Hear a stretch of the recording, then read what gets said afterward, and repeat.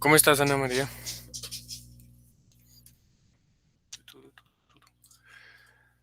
Hola, profe, buenas noches. Muy bien, gracias. Bien, ¿cómo va todo? Bien, profe, gracias a Dios. ¿Cómo estás? ¿Cómo seguiste? Uy, ya mejor, ya mejor. Esa vaina es duro. Sí, sí, súper duro. ¿Y todos en la casa se enfermaron, profe? No, solo yo. Pues a mi esposa le dio un día. El primer día que me empezaron los síntomas, a ella le dio y se tomó unas pastas, ahí unos Advil y unos medicamentos y se le pasó al otro día. Y a mi hijo no, afortunadamente no. Pero yo sí duré mal como 4 o 5 días llevado. Ay, no, profe, es horrible. Sí, ¿sí ya te dio? Sí, a mí me dio el año pasado como en abril y no, pues es que es impresionante ese desaliento que uno tiene. O sea, uno no quisiera estar enfermo, pero no puede, ¿no? El cuerpo como que no le da la energía. Sí, exacto, exactamente. Es duro esa joda.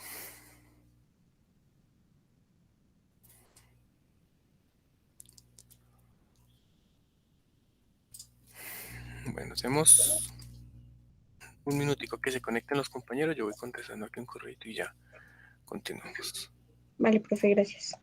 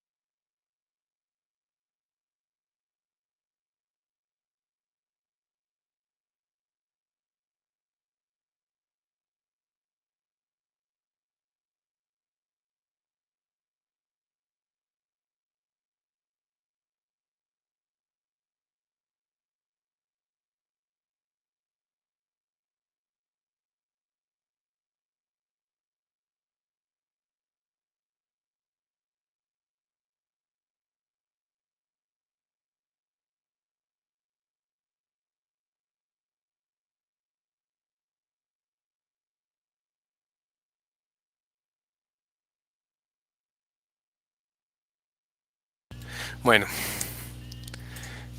listo chicos, entonces como estamos en toda esta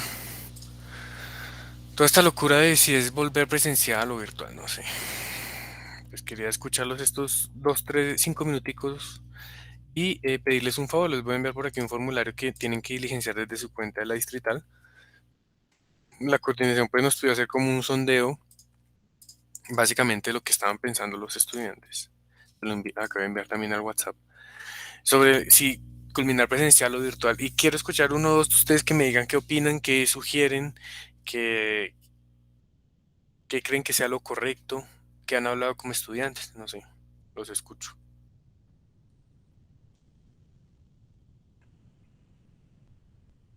Profe, pues realmente las clases de la línea de estructura son demasiado valiosas, grabadas.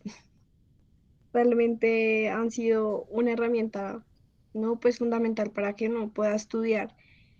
Realmente pienso, digamos, cuando uno piensa en la presencialidad, es muy difícil, o sea, uno en clase es muy difícil entender a veces todo lo que está pasando en la clase y las grabaciones en esta, pues no sé, en esta línea han sido, pues yo creo que fundamentales porque es que uno puede repasar, entender. A veces uno ve la grabación y entiende más de qué era lo que estaba pasando en la clase. Entonces, digamos que hay materias en las que presencial o virtual, digamos que no haría mucha diferencia, pero yo creo que en esta clase sí la virtualidad ha sido pues muy favorecedora.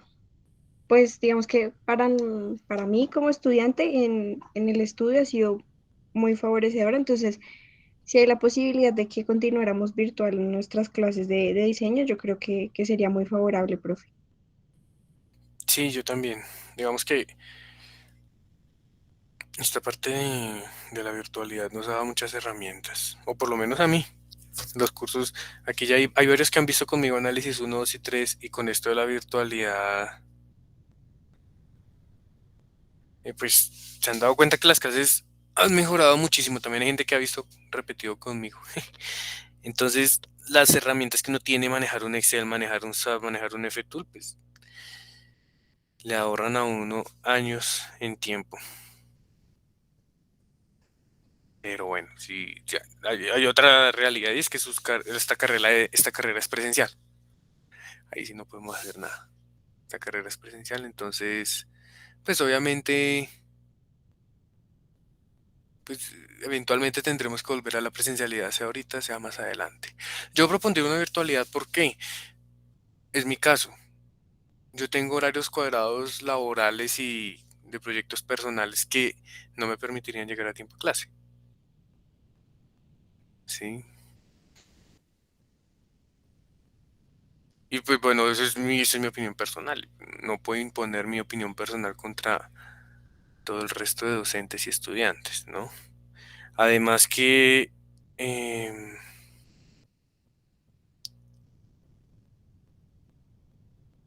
pues digamos que no se me hace mala la idea de terminar virtualmente el semestre y retomar presencialmente el siguiente, ya con un poco más de orden. Hay muchos estudiantes que mencionaban que tenían clase en una sede y en la otra, de 6 a 8 y de 8 a 10 en otro lado, pues obviamente imposible. Y ahorita no pueden hacer cancelaciones y solo está autorizado la cancelación de semestre. Sí, entonces sería un problema porque pues mucha gente va a cancelar, se van a perder demasiados recursos del presupuesto que, pues, no vale la pena derrocharlos de esa forma, ¿sí? Por una eh, imposición obstinada del gobierno, porque a fin de cuentas esto es cuestión del gobierno. Todo es cuestión del gobierno. Entrar en confinamiento es cuestión del gobierno. Salir del confinamiento es cuestión de ellos. Exigir que el 55% de la población educativa entre a presencialidad es una exigencia del gobierno. No es como tal que las directivas nos quieran obligar, sino que a ellos los están obligando a que nos obliguen, ¿no? O sea, tampoco es una cuestión de que las directivas no piensen en el cuerpo docente ni en el cuerpo de estudiantes. Es una condición que hay un decreto que exige eso. Basta. Entonces vamos a ver qué sucede. Yo creo que también hay muchos problemas mucha inconformidad de los docentes en cuanto al manejo de las clases virtuales con los estudiantes. Lo que tú dices de las clases grabadas a mí también me parece muy buena herramienta porque yo puedo ir más rápido y ustedes pueden revisar y les queda más claro después. Pero entonces está el otro extremo, lo que yo les decía cuando discutíamos lo del paro. Hay gente que lo aprovecha y hay gente que no. Hay gente que lo que está haciendo es simplemente no asiste a clases y luego ve la clase y ya, que pues pierde un poco la esencia de lo que es la carrera y la virtual y, pues el objetivo de su carrera, ¿no? Porque la idea de las clases no es que tengan la clase grabada para después, sino que puedan reforzar lo que ven en clase. Entonces todos esos problemas han sido una condición compleja. Ahora, nos preocupan los contagios, pero más de la mitad de la universidad se la pasa en fiestas. Se la pasan tomando cada 8 días, farreando, yendo a jugar fútbol, a todo eso. Entonces, pues, riesgo al contagio creo que ya no hay por parte de la población, ¿sí? Ya todos estamos en la dinámica de, bueno, si nos da y listo. Y entonces es compleja la situación, ¿sí? Y ustedes saben que por uno pagan todos, o sea, puede que hayan dos, tres personas que efectivamente sí tomen en serio esto, pero pueden haber 20 en el mismo curso que no lo hagan. Tengo cursos de 28 personas que se conectan 10, se conectan 7. Entonces, pues eso también son, digamos, motivantes a que se vuelva la presencialidad. Pero bueno, pues vamos a ver qué sucede el día de mañana. Hay una reunión de docentes y ahí se van a discutir todas estas situaciones y por eso necesito que llenen ese formulario.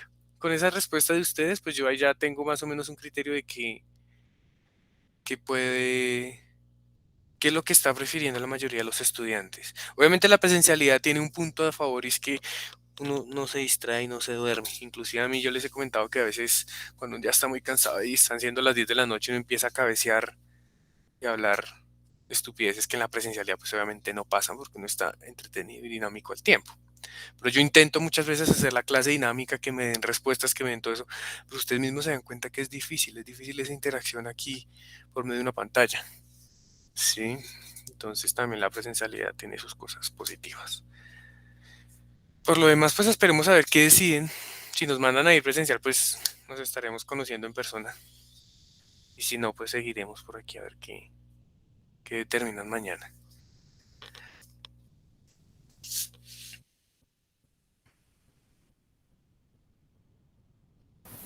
Profe, pero digamos, tú como docente, ¿qué crees? O sea, ¿estás igual de perdido que nosotros con respecto a qué decisión va a tomar la universidad?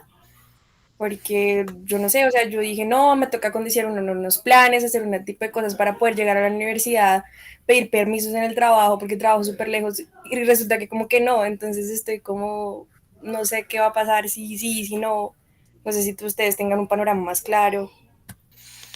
Yo pienso que lo más probable es que si volvamos a presencialidad, de pronto se va a buscar que cumplir la cuota del 55% con clases no teóricas, o sea, las que tengan laboratorios o prácticas o cosas por el estilo. Espero que las teóricas sean consideradas nuestras clases para poder seguir desde acá. Si no, pues nos va a tocar asistir y no hay problema. Sí. Pues ahí sí nos toca ajustarnos. Todo es un cambio, va a ser un cambio duro, sea ahorita o sea en el siguiente semestre. Igual que cuando empezamos virtuales. De un momento para otro, listo, comenzamos virtuales porque hay pandemia. Eso fue un cambio brutalmente duro. Por lo menos a mí me costó adaptarme por lo menos medio semestre a hacer la adaptación. Ahora pues va a ser un cambio a presencial. Pues nos toca ajustarnos al cambio, tristemente. Esa es la situación. No, ¿Listo? sí, claro, profe, yo también estoy de acuerdo. De hecho, pues yo considero que para mí estudiar virtual ha sido un privilegio y pues que aproveché al máximo el tiempo que pude. Y muchos compañeros igual, y pues si ya vamos a volver, pues volvemos con la mejor actitud. Pero pues es el hecho como de que definan si sí o si no, porque estamos como en una incertidumbre, como toda cansona. Sí, no, pero es que la verdad no han tomado esa decisión por parte del departamento. O sea, es que tiene tantas consecuencias el uno o el otro. ¿Sí? Hay docentes que ya están mamados de la virtualidad y quieren ir presenciales. Hay otros que estamos cómodos con la virtualidad y no queremos ir presencial. Sí. Hay estudiantes que les sirve el uno o el otro método y pues a todo el mundo no se puede tener contento tristemente. Entonces, pues nos toca esperar a ver qué definen mañana en la reunión y acomodarnos a lo que determinen ellos. Obviamente nos va a tocar duro los cambios, por ejemplo, lo que yo les decía, mis cambios de horario van a ser brutales, pero pues bueno, ahí nos vamos acomodando de nuevo a la presencialidad. Me gustaría que fuera que termináramos ya virtual. O sea,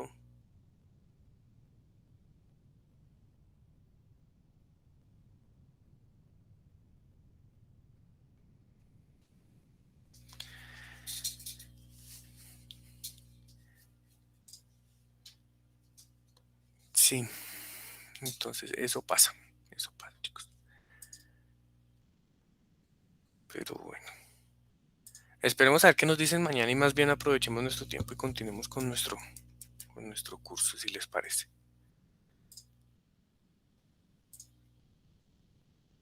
No sé si alguien por favor me recuerda que estábamos viendo la última clase. Que se acuerdan de lo que estábamos viendo.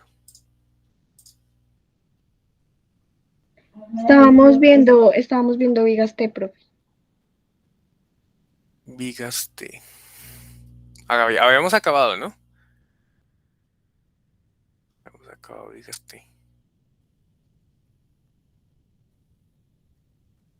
Entonces, listo, ya les comparto pantalla y continuamos. Si nadie tiene nada más que decir, pues comparto pantalla y continuamos.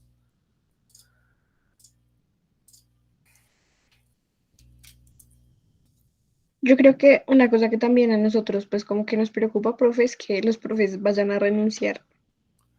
Sí, puede ser Por, una situación muy probable. Digamos que hay unas situaciones que con esta pandemia se diversificó mucho el trabajo.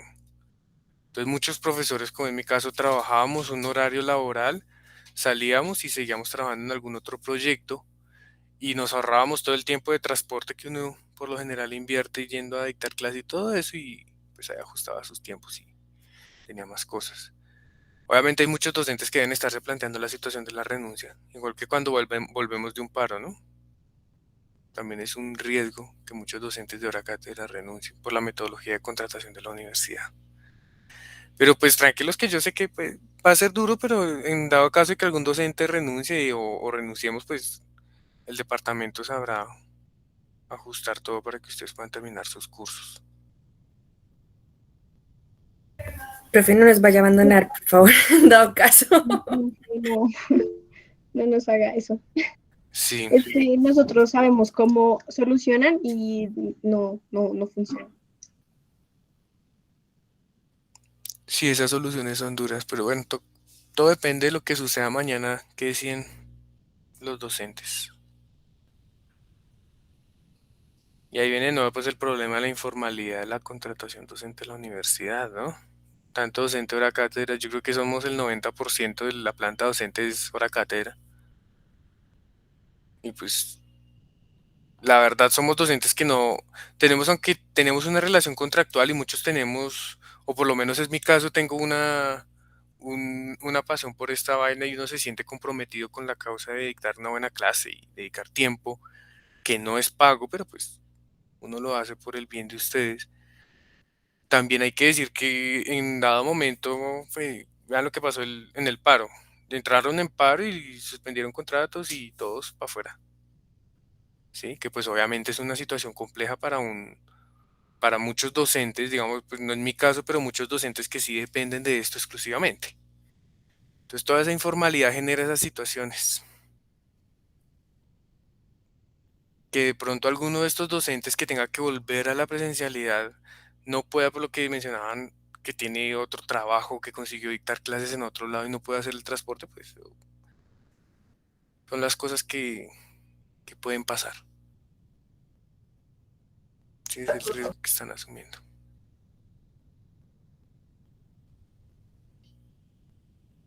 Aunque, profe, también hay otra cara de la moneda, ¿no? Y es que, por ejemplo, hay profesores, bueno, en las materias que yo ya he tenido en el transcurso de ayer y hoy, hay unos profesores que están optando por la virtualidad, pero hay profesores que quieren la presencialidad. Entonces, digamos, uno como estudiante también le empieza a rondar esas posibilidades en la cabeza de teletransportarse a los sitios, porque Sí, es bien claro, o sea, complejo. eso es complicado, toca o todos en la cama o todos en el suelo. No se puede que unos virtuales y otros presenciales, eso es horrible.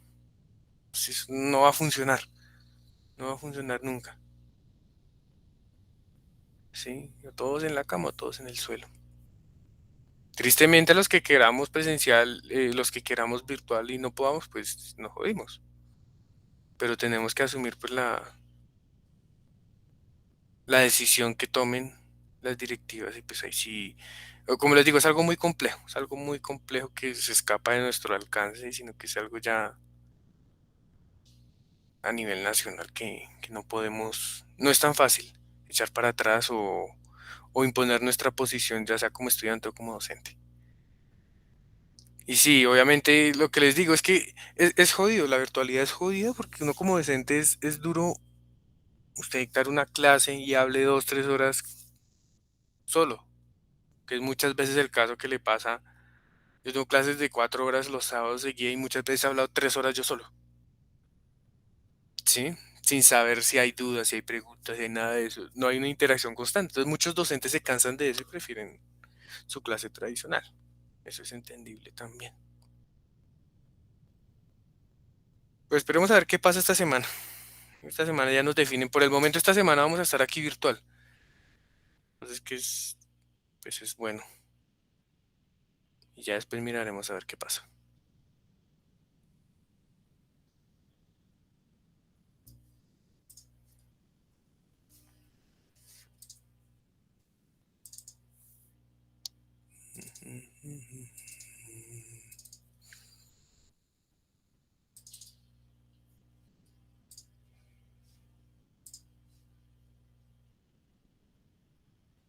Listo.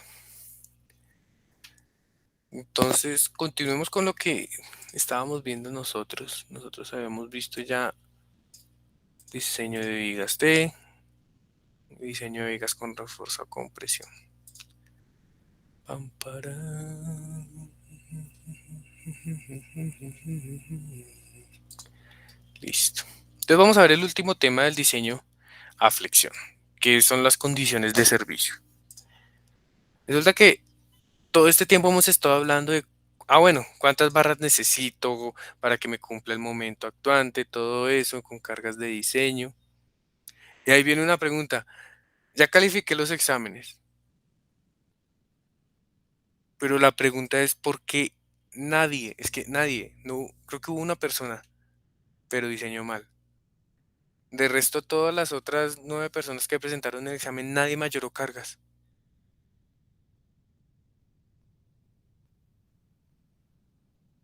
Ustedes saben que nosotros tenemos el diseño por LRFD de factores de carga y resistencia, en el cual tenemos que coger la resistencia nominal y disminuirla y hacerla mayor o igual a unos factores de amplificación multiplicados por las cargas actuantes. Todos hicieron el diseño perfecto, pero este factor les hizo falta. No amplificaron cargas, o sea, no diseñaron para cargas últimas, sino para cargas de trabajo.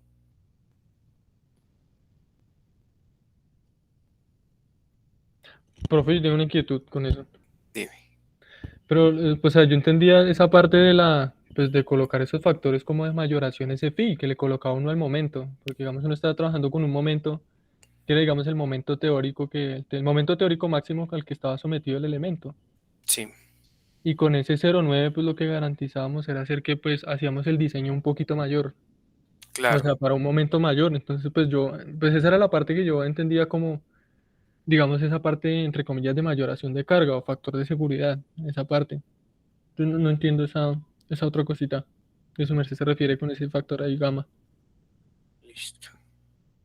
Pero resulta que usted diseña para un espectro de casos de carga, ¿no? Pueda que tenga condiciones favorables o más favorables o desfavorables en su diseño, ¿sí? Entonces, como todo esto es una función probabilística, el diseño depende de varias cosas. La construcción, los materiales, el diseño, el clima, ¿sí? La capacidad del personal. Depende de muchos factores. Todos esos factores que usted no puede cuantificar. Como ingeniero no puede cuantificar eso. Entonces, por eso existe el método de factores de carga y resistencia. En las primeras clases vimos y dijimos, ustedes disminuyen la resistencia y amplifican las cargas. No pueden hacer uno solo.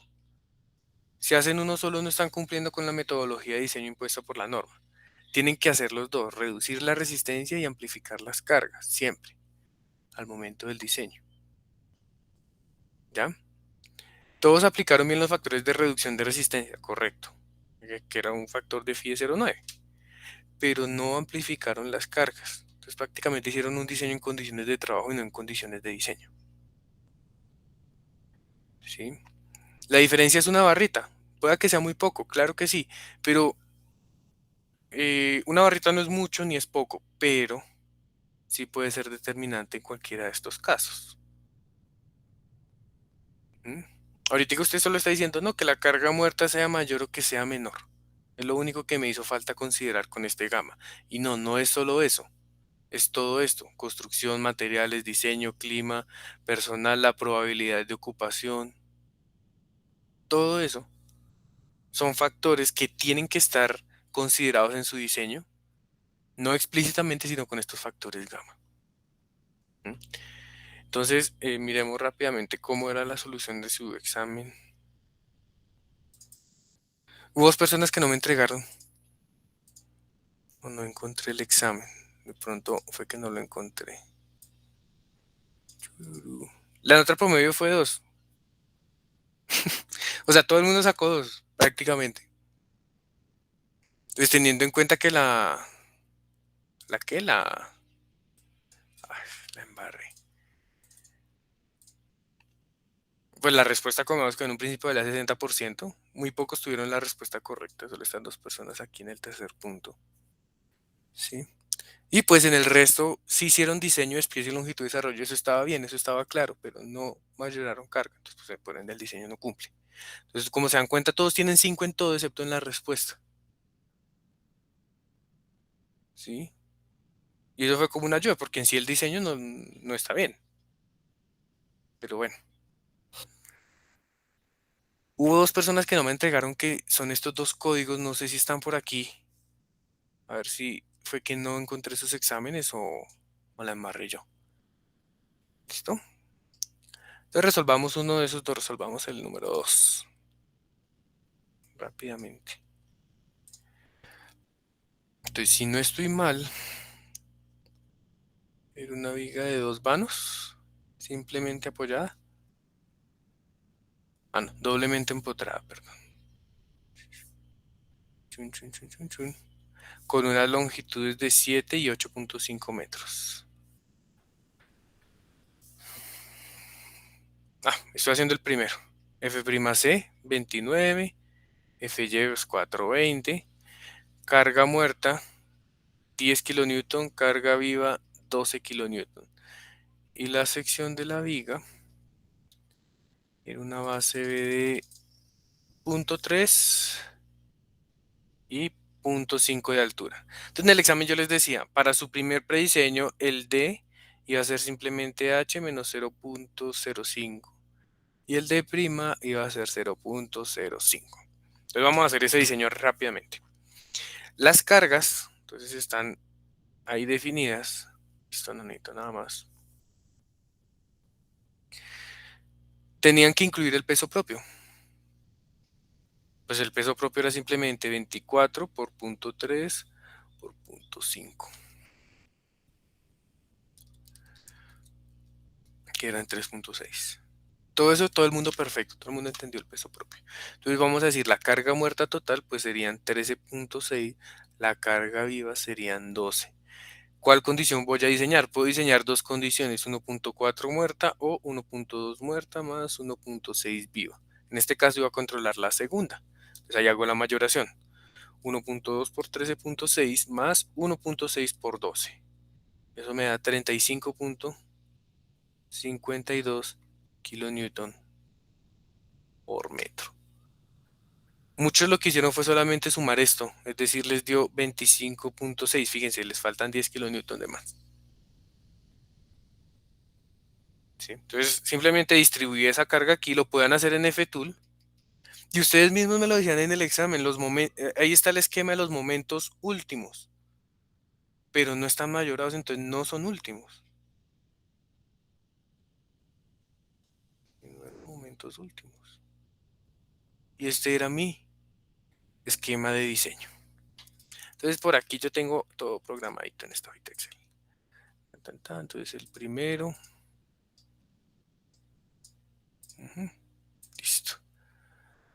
punto 4 por punto 6, no, ese no es. Esperen que estoy...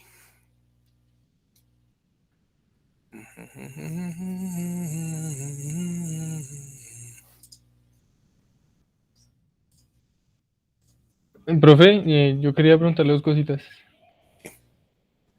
La primera es el taller, ese tallercito que nosotros le entregamos de diseño de una viga. En esa, pues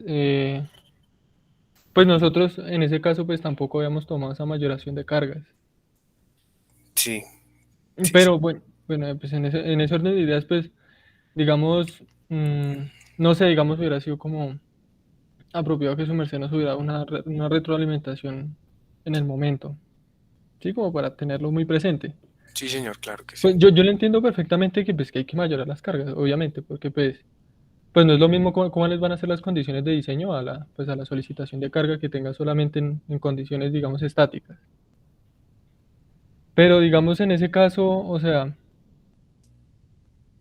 digamos yo lo tengo bien presente, por ejemplo, para el proyecto, para esas cositas. De hecho, pues estábamos mirando unas combinaciones de trabajo Ujú. pues para los tipos de carga, pero digamos ya porque estamos analizando el edificio completo.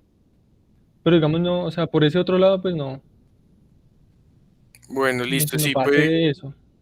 entiendo tu inconformidad, claro que sí. Y la otra es que no, pues en las combinaciones de carga, pues tampoco sabemos bien qué tipo de combinación de carga, pues porque hay una listica bien, pues no muy larga, pero pues eran varios. Entonces, pues, pues yo, en mi caso, yo en el momento de la prueba, pues dije, no, pues habría hecho alusión a las combinaciones de trabajo, Ujú. ¿sí? Sí, pero entonces yo dije solamente una viga bien potrada con un apoyo, entonces no, digamos, no, o sea, no traté como de extrapolar el concepto, vamos a hacer de cuenta que esto hace parte de un diseño estructural de un edificio que está sometido a tal solicitación de carga. Entonces Sí, por eso pues se nos fue, o sea, a mí se me fue totalmente, yo dije, no, eso no va. Es que de hecho lo descarté al inicio. sí, claro, claro, entiendo pues la queja obviamente por lo del taller. Pero digamos que sí, en todos los ejemplos que hemos manejado, yo creo que hemos procurado hacer la mayoración, así fuera una viga sencilla. Es que no, es que también Eh, esa era la otra. En los ejemplitos nosotros pues trabajamos solamente con el factor phi para disminuir, digamos, lo que era perdón, aumentar el momento con el que se iba a diseñar, pero no colocamos combinaciones de trabajo. Que era otra cosa por las cuales yo digo que no la tuve presente. Yo, bueno, no lo hicimos para ese casito. ok, espérate, miramos a ver si eso es así, entonces ahí.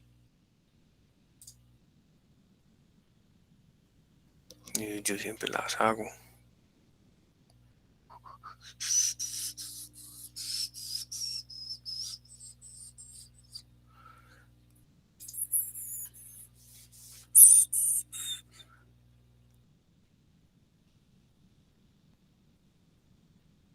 Tatarán, tarararán, tararán.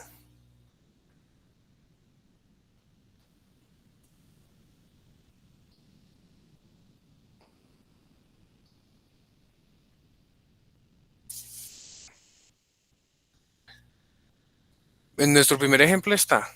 Ahí está. Sí, ahí está el diseño. La mayoración de cargas. Y está escrito y todo lo del ERF.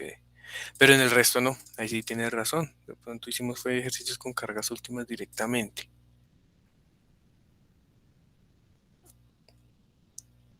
Mm,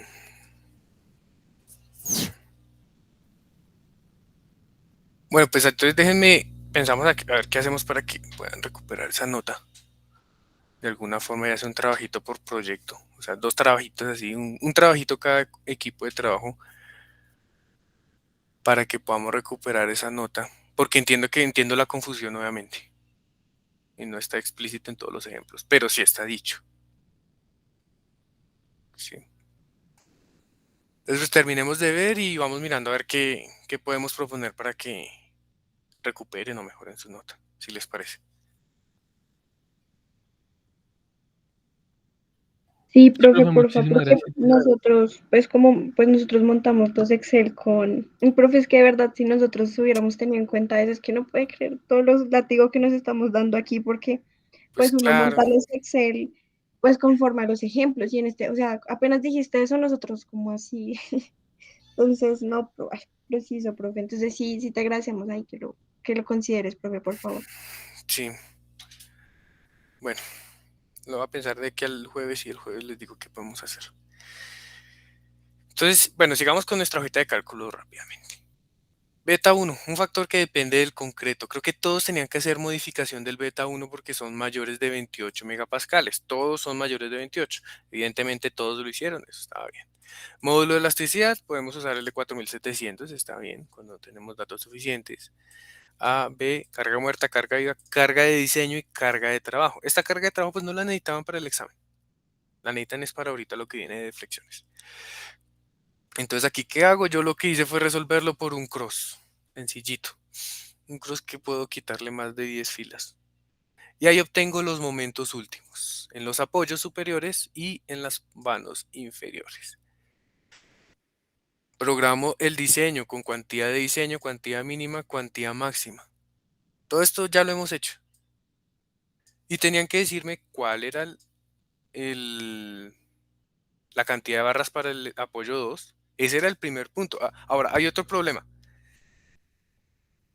El primer punto del examen era diseñar el apoyo del medio. ¿Sí? Aquí dice. El apoyo central número 2. Y para ese apoyo ustedes tenían una barra asignada. Entonces por aquí en su tablita salía barra superior del apoyo 2. Hay gente que cogió el momento del apoyo 2 con la barra del apoyo 1. Pues obviamente el diseño no está. ¿Se me va a entender? Tuvieron esa confusión. Colocaron en el apoyo superior la barra del apoyo 1. Y pues obviamente ya no era el diseño que se les pedía. ¿Sí? Entonces, bueno, aquí hice mi diseño. Profe, perdón, no entendí. ¿Cómo así la confusión? Qué pena, no te entendí Claro, bien. mira, este examen dice lo siguiente. Tiene que hacer el diseño, pero en la barra superior del apoyo 1 va a usar una barra número 7. Entonces aquí todas mis barras van a ser número 7. En el siguiente apoyo voy a usar barras número 6 y en el otro 5. Número 6, número 5. Y la barra inferior van a ser número 4. Entonces la idea es hacer ese diseño. Con una hoja de Excel este diseño sale en 5 minuticos. No tenían nada más que hacer. ¿Qué pasó? Llegó alguna persona y dijo, este es el momento último del apoyo 2. Entonces voy a diseñar el momento último del apoyo 2 y lo asignó con barras número 7, que eran del apoyo número 1. Está bien hecho el diseño, claro que sí, pero no es la barra que se le asignó.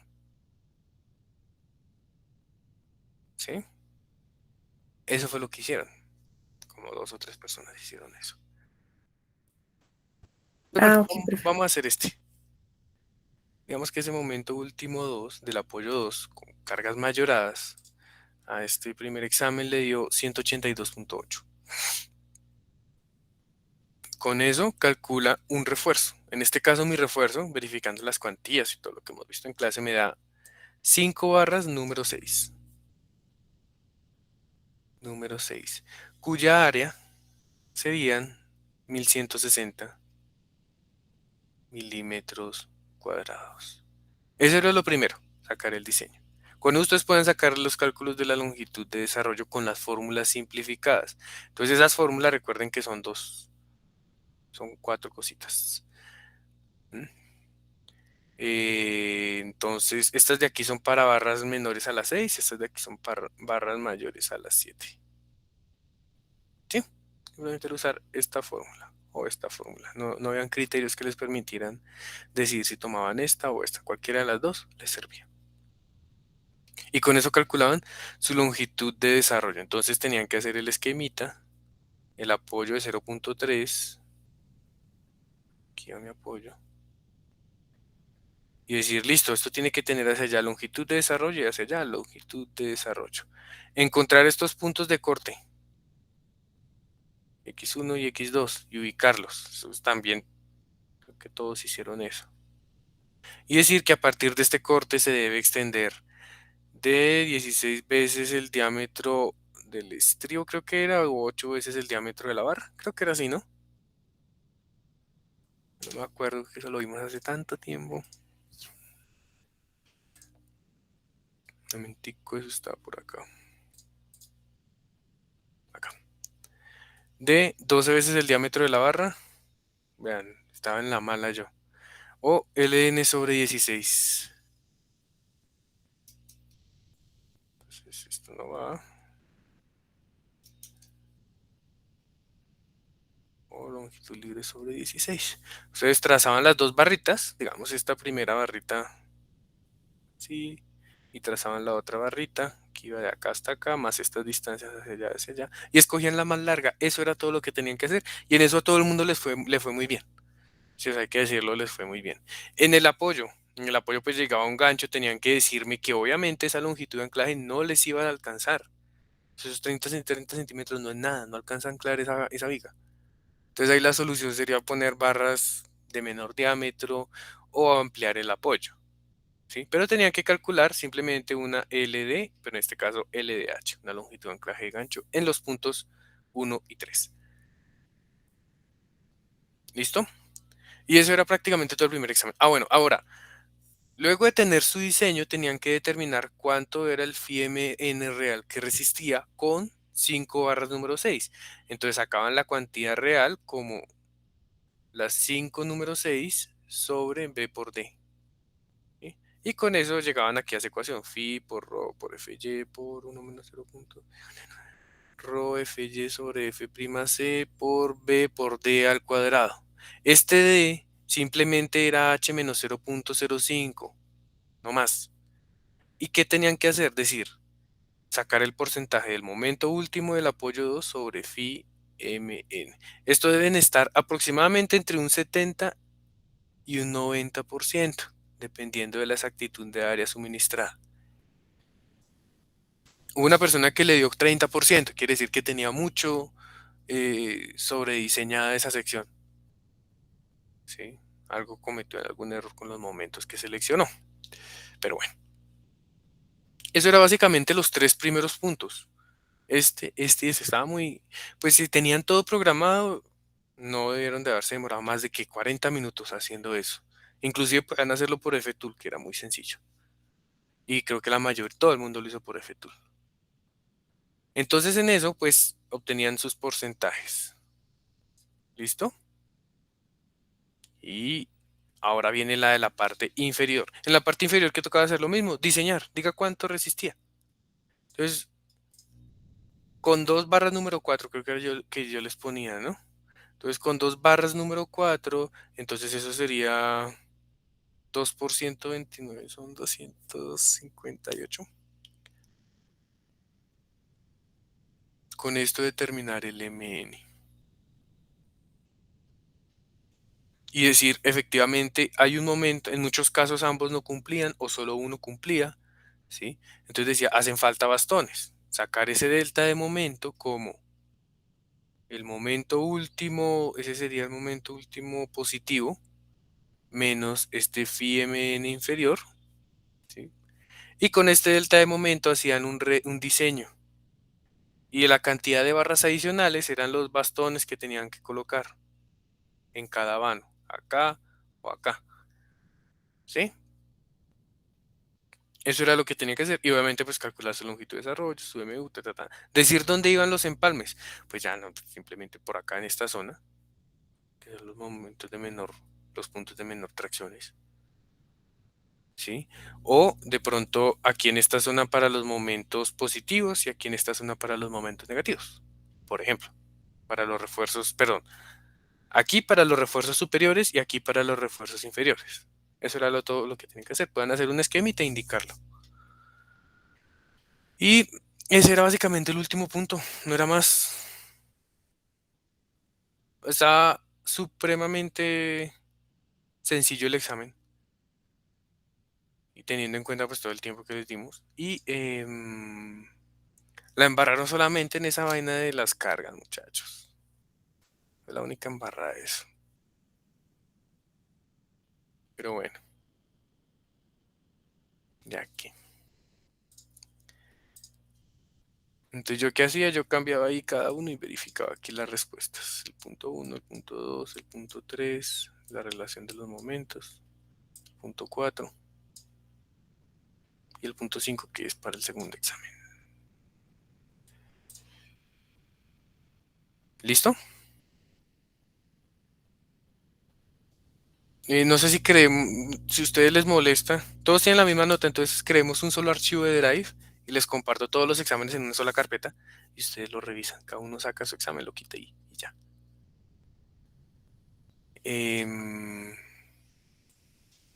Me preocupa las personas que no lo entregaron porque ellos sí, obviamente no, pues no tienen nota, que son los dos primeros códigos. Si alguno se identifica y tiene el examen entregado, me avisa para revisarlo.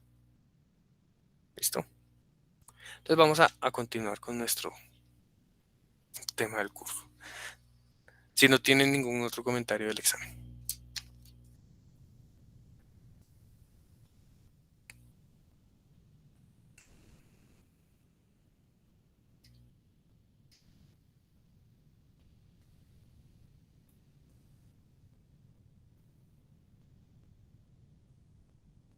Listo. Bueno, entonces hasta el día de hoy solamente hemos hablado de condiciones de diseño. ¿Cuál es el momento último? ¿Cuántas barras? ¿Cuál es el momento último? ¿Cuántas barras? ¿Cuánto resiste? Momento último, ¿cuántas barras? ¿Cuánto resiste? Pues resulta que no es la única condición que tenemos que satisfacer en condiciones de diseño. ¿Sí? Ustedes se acuerdan que nosotros tenemos dos condiciones para probar una estructura, las condiciones de diseño y las condiciones de servicio. ¿Alguien sabe a qué hacen referencia las condiciones de servicio? ¿O se acuerdan de lo que vimos en análisis 2? Recuerden que en análisis 2 yo les decía que teníamos primero que satisfacer condiciones de servicio para luego sacar las cargas de las condiciones de diseño. ¿Sí? Entonces, ¿a qué hacíamos referencia con esas condiciones de servicio? Las que hacen referencia al uso de la edificación, por ejemplo, profe. No, esas son condiciones para sacar los espectros sísmicos. Pero recuerden que después de cargar su modelo, ¿qué verificábamos primero? Derivas. Exacto, Derivas. derivas. ¿Sí? Entonces recuerden que la deriva es el desplazamiento horizontal relativo entre pisos que puede tener una edificación entre pisos adyacentes. Deriva del piso J y deriva del piso I. ¿Con qué objetivo nosotros buscábamos garantizar derivas? ¿Qué decíamos en la clase? ¿Para qué necesitábamos primero garantizar derivas?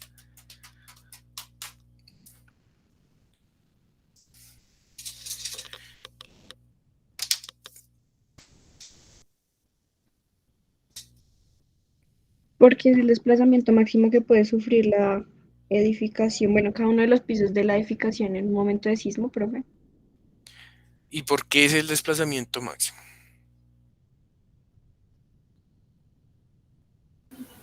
Pues para que no falle la estructura y permita evacuar. Bueno, puede ser una condición de las derivas, la, la comodidad de la persona en el sismo.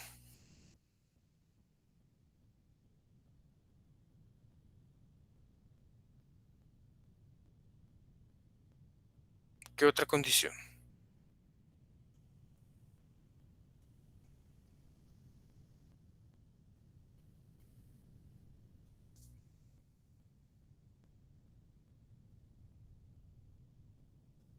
Pues no se pueden olvidar de eso, chicos. Es muy importante.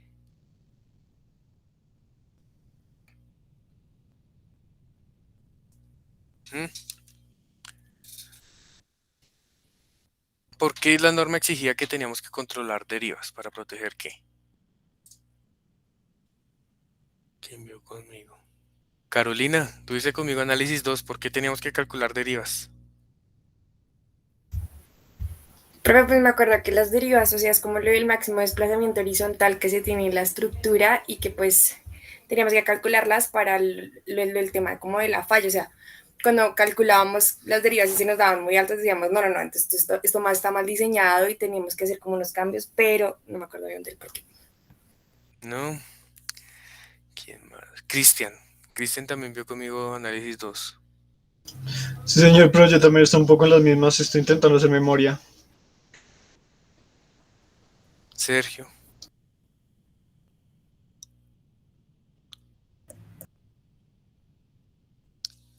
Bueno, Miguel Ángel nos dice para evitar deformaciones fuera de los rangos inelásticos. No. O sea, tengan en cuenta algo. Uno no diseña un edificio para que no se caiga, sino para que caiga bien. Deformaciones inelásticas van a existir en un sismo porque es una carga muy brutal. Entonces, eh, la deriva no garantiza que su estructura no vaya a entrar en el rango inelástico. ¿Sí? Simplemente garantiza pues otras cosas que quiero que lo que me digan. Bueno, Cuando uno calcula derivas, al realizar, profe, o sea, que queden dentro de los rangos, que es lo que nos pide la norma, lo que buscamos es que la estructura no falle de manera frágil, ¿no? Sino, no, no, no, no. ¿no? No tienen, pues, que no falle de manera O sea, frágil.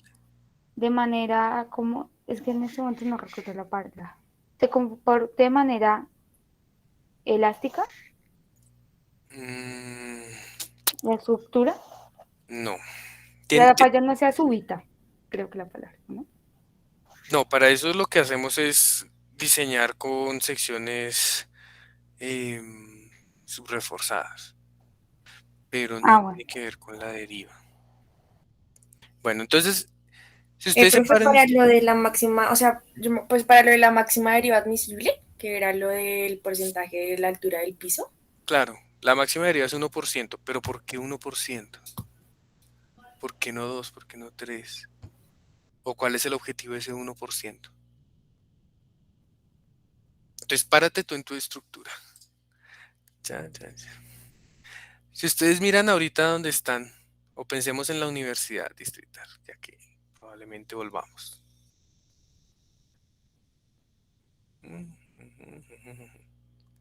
Entonces, esa es la armadura de su pórtico, vigas y columnas. ¿Sí o no? ¿Qué hay dentro de esas vigas y columnas? ¿Qué hay aquí? Uno no deja eso abierto, ¿no? Uno coge y llena esto con un murito, lo más de bonito. Y eh, con eso pues queda cerrado el edificio, ¿no?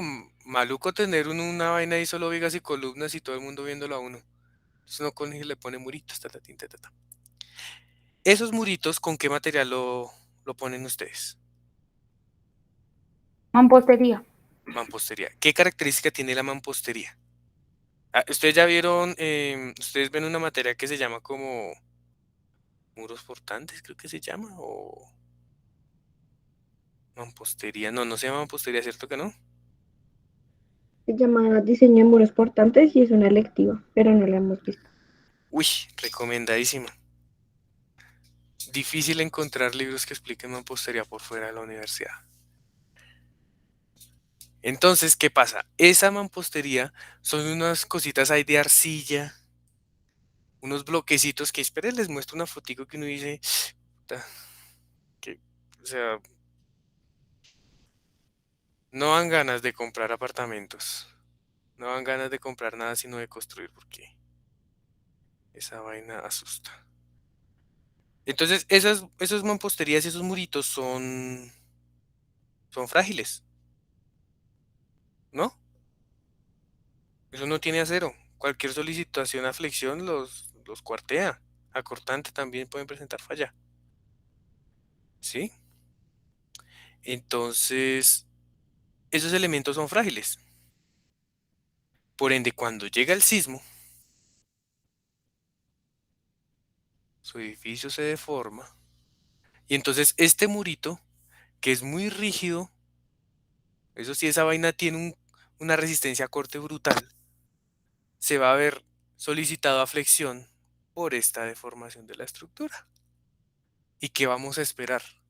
Que si esto está muy pegado, si esto está literalmente aquí pegado a las columnas, pues tome esa forma curva y como no es tan flexible como el concreto, se rompe y eso cae.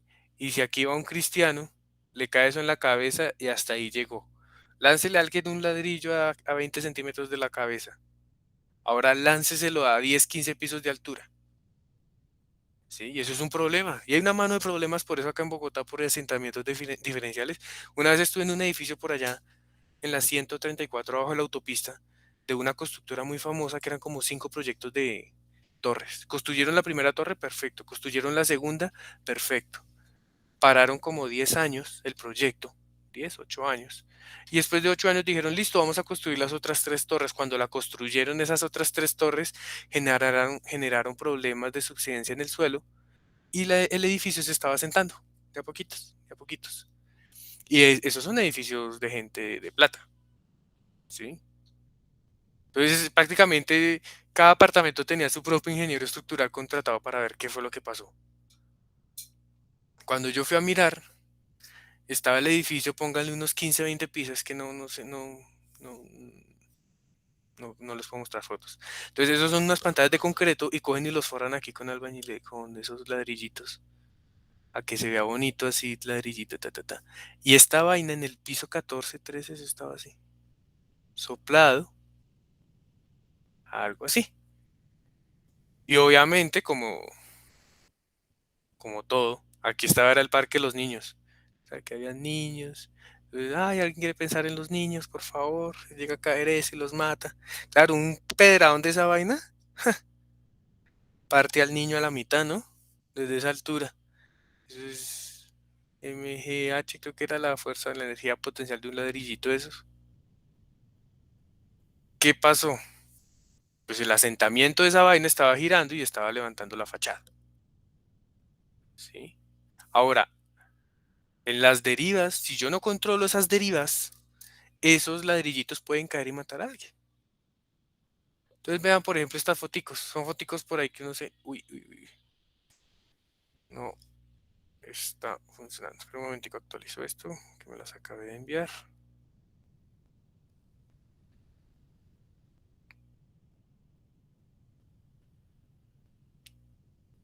Y... Ay, Dios mío. Espérenme un momentico que estoy aquí conectándolo.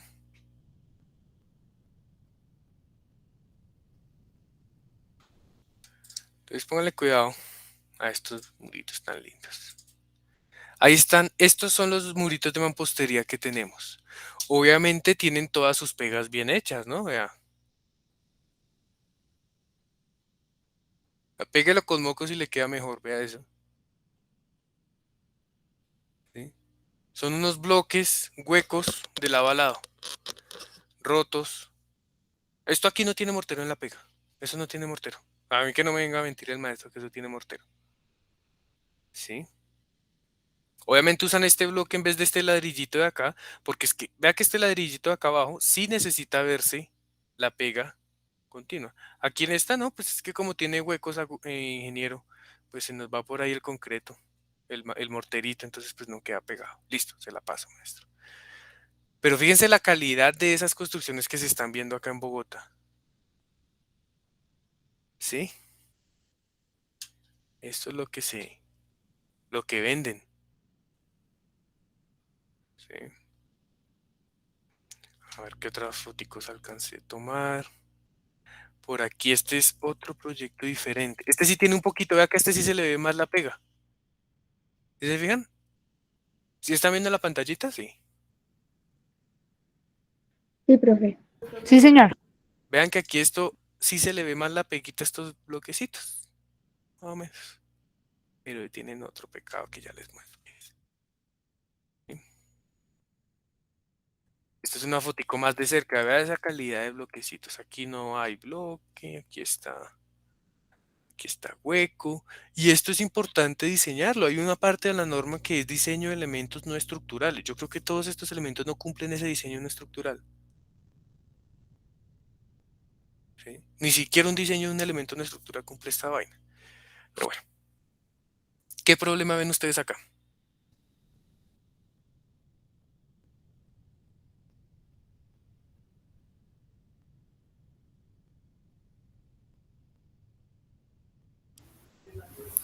Pues la mampostería presenta como variadas afectaciones, como sobre todo climáticas, ¿no?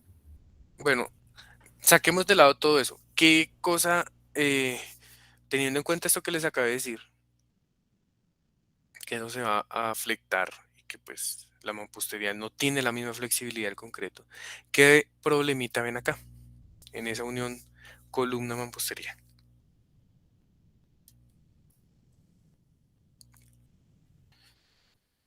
Pues al parecer ni siquiera hay mortero en la unión de la columna y Pues la mampostería. en ese caso creo que es por lo menos lo que yo alcancé a trabajar alguna vez. Cuando se juntan muros con columnas, normalmente lo que se hace es colocar icopores para generar ahí como una separación entre la parte no estructural y la estructura, las columnas. Exactamente. ¿Qué es lo que buscan esos psicopores? Eso, todo tiene algo que ver. Que cuando esto se deforme, obviamente no se deforma así, o uno no espera que se deforme así. Esos psicopores tomen esta deformación y permitan que el muro no alcance el mismo nivel de deformación de esa columna, sino que el icopor permita aquí una deformación diferencial, la cual va a hacer que esto no se fisure y no se caiga y mate a alguien. Entonces los elementos no estructurales tienen que estar separados de la edificación. No pueden estar ahí pegados. ¿Sí? No pueden estar ahí pegados. Por cuestiones de deriva. Entonces, esa es otra función de la deriva. eh, Mantener la integridad de los elementos no estructurales que en dado caso de una falla, todos estos elementos frágiles pueden estar afectando a la gente que va por ahí por fuera. Pues ojalá nunca pase yo por ahí que esté temblando. Y qué miedo. ¿Qué más tomé foticos? Ah, esto es como el sistema de vigas y placas. Ahí está. Una viguita que lleva otras vigas laterales y una plaquita. Sí, pueden ir en dos sentidos. Y este que fue el que vimos que tenía más o menos mortero en esta parte inferior. Aquí arriba ya no le veo casi mortero. También tiene ese problema que no se nota aquí la dilatación.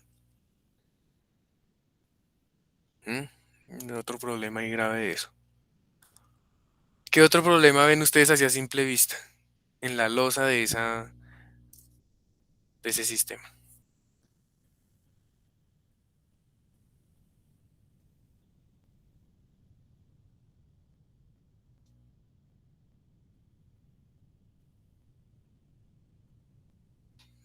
Y yo les cuento el problemita que veo.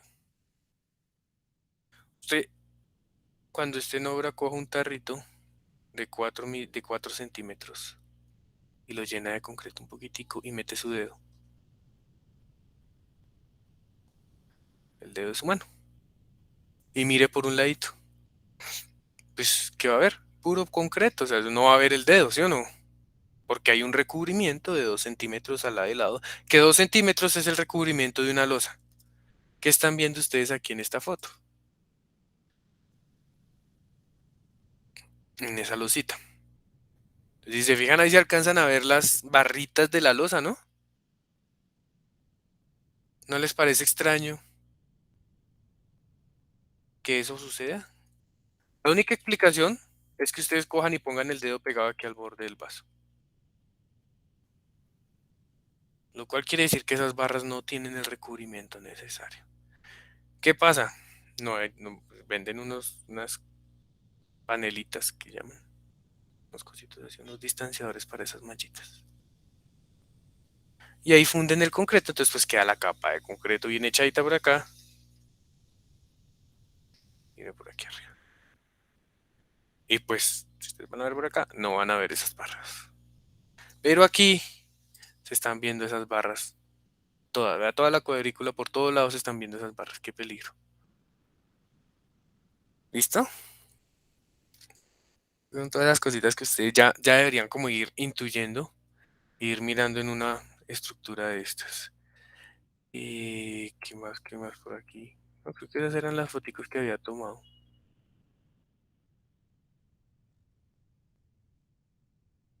bueno, aquí hay otro problemita. Pues no tan grave, pero sí puede llegar a ser un problemita grave. Dime, Sergio. Profe, viendo todos esos errores en la construcción de esa edificación, digamos, no se hace como un control de esos edificios y No, eso no. Estos son edificios que no son... O sea, la norma exige que después de cierta área usted tiene que tener una interventoría independiente del proyecto. ¿Sí? Pero es que estos son edificios de esos que cogen un barrio, compran dos casas y echan para arriba. Y uno vaya a averigua y se echa el paseíto y mira qué es lo que ofrecen. Por lo general eso es gente que consiguió plata y ya. Consiguen a un maestro que les construya eso. Pagan un diseñador de oficio que lo único que hace es que va, mete todo un programa, le da play, no verifica derivas, no verifica comportamiento sísmico, usa tablitas de diseño y quedó su edificio.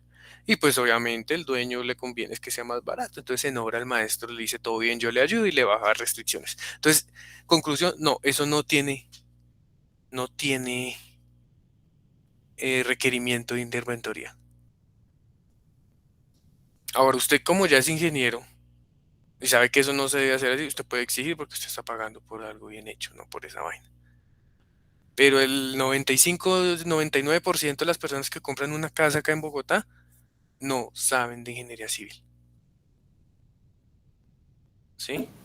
Profe, yo tengo una pregunta ahí que se alcanza a ver el letrero. ¿La Contraloría qué papel tiene dentro de esos permisos de construcción? O sea, ese papel de la Contraloría, ¿no? ¿La licencia? Sí, señor. O sea, en esa parte que siempre aparece que es un arquitecto el que Ujú. avala esos proyectos y tal. ¿Cuál es la función principal en este caso? La curaduría, gracias, Ana. Sí, lo que Eh, busca la curaduría es decir su diseño cumple, pero su diseño cumple lo que usted presentó en papel.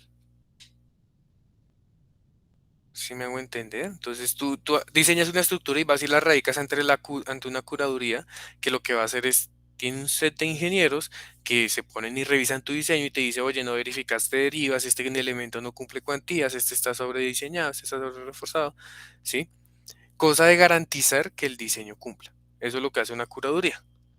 Pero la curaduría no está obligada a tener a alguien allá en obra que verifique que lo que se construya sea lo que planteó el curador, lo que planteó el diseñador. Eso no es función de la curaduría.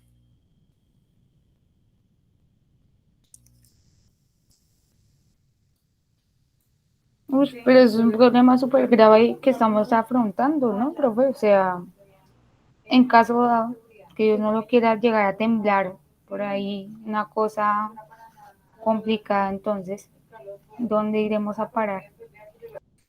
No, la ciudad la verdad no tiene, está muy pobre en términos de protecciones sísmicas, creo yo. Profe, yo también tenía una consulta en el primer semestre, pues sí, el análisis, cuando había análisis uno contigo, nos pusiste a ver una conferencia que hizo un ingeniero de la Nacional que hacían una comparación de las normas de Chile, cuando fue el temblor de Chile, que pues decían que digamos que los refuerzos solicitados en esa época no cumplían, o sea, cuando se cayeron muchos edificios, se dieron cuenta que estaban como mal estructuradas las normas y que las de acá están peores. Y Sí. saben eso y realmente no hacen nada nunca, o sea, no, eso no como que no avanza, no van a cambiar las normas. Es difícil chicos porque ustedes saben que este país lo mueve la construcción, ¿no? Y los constructores son los que pueden decir que se hace, que no, o sea, así no se debe, ¿no? Entonces, eso no lo puedo decir acá. Eh, es difícil, es difícil cambiar una norma, lleva mucho tiempo, y más porque somos un país que no investiga, ¿no? Somos un país que, eh, como buen colombiano, cualquier cosa que hagan los gringos, tin, copiado y eso es palabra sagrada, ¿no? Entonces, ese es el mayor problema del colombiano. Somos tan abejas que no somos abejas. Y obviamente la gente que hace las normas es gente muy sabia, No tengo nada que decir, son unos maestros. Yo aprendí con uno de los ingenieros de concreto que eran los encargados de esa norma y es un maestro, es una eminencia. Pero el problema es que esta vaina lo mueve mucho la plata, como todo en este país, ¿no? Entonces, cuando pasó lo de Chile, que fue que los muros de 15 centímetros alcanzaron su rango inelástico y no tuvieron un desempeño sísmico correcto, ¿qué hicieron los chilenos? A pesar de que ellos también tenían la norma basada en la americana. Pero no, grave, investiguemos, aclaremos y listo. Estos muros están prohibidos. Los muros en Chile tienen espesor mínimo de 30 centímetros. Vaya usted voy a ver una construcción, todos son de 10, 12 y son sísmicos, supuestamente. Que hemos estado de buena y si no nos ha llegado el sismo de diseño. Cuando llega el sismo de diseño, la ciudad se vuelve una catástrofe. O sea, esto se vuelve un cementerio las calles. ¿Sí? ¿Y qué pasó acá? Hubo un problema por eso y como eso es una ley de la República, toca con abogados y todo el cuento, y los abogados lograron que eso se cayera y no se modificara acá en Colombia. Chile sí lo modificó, ya que hay investigaciones que han demostrado que eso no sirve. ¿Sí? La Universidad del Norte, muy buena, tiene un grupo de diseño de estructuras brutal. Esos manes están llevando la parada en ingeniería sísmica acá en el país, yo creo, en cuanto al concreto. Y los manes ellos hicieron la prueba, han hecho mucha investigación y se han dado cuenta que esos muros de 15 centímetros no disipan energía en el rango inelástico. Pero acá se valieron de abogados y de todo para no tumbar eso de la norma, porque es que a un constructor no le conviene que ahora le digan, no, todos sus edificios pasen los de 15 a 30, doble la cantidad de concreto prácticamente. Esos manes casi les da un paro cardíaco. Eso no es rentable. Acá sale que estamos vendiendo 1000 viviendas al año, que no sé qué más, pero todas están mal hechas. Todos esos muros no sirven. Pero bueno, eso es agua, eso es arena de otro costal, como dicen por ahí. ¿Sí? Entonces, el problema principal de Colombia es ese, que no hay investigación al respecto y la que hay se desestima por cuestiones económicas. Aquí les iba a mostrar cómo se ven los edificios terminados, vea eso. Bonitos, ¿no? Y usted va y compra eso y perfecto. Usted paga lo que a mí me lo presentan así y yo los pago, vea eso. Hermosas ese tipo de estructuras. Edificios sin separación entre el uno y el otro. Imagínense que esos son dos estructuras independientes y llega esta vaina por acá, para un lado y este para el otro. Y aquí esta zona que eso se genera un golpeteo que gana el que tenga más suerte. Pueda que gane el más flexible, pueda que gane el más rígido. Y el otro destruido. Y los fenómenos de golpeteo son bravos. Golpeteo, estructura. Es que se me olvida, se me escapa el nombre en inglés. De pronto así no salga tanto. Vean, esto es lo que puede pasar con un fenómeno de golpeteo.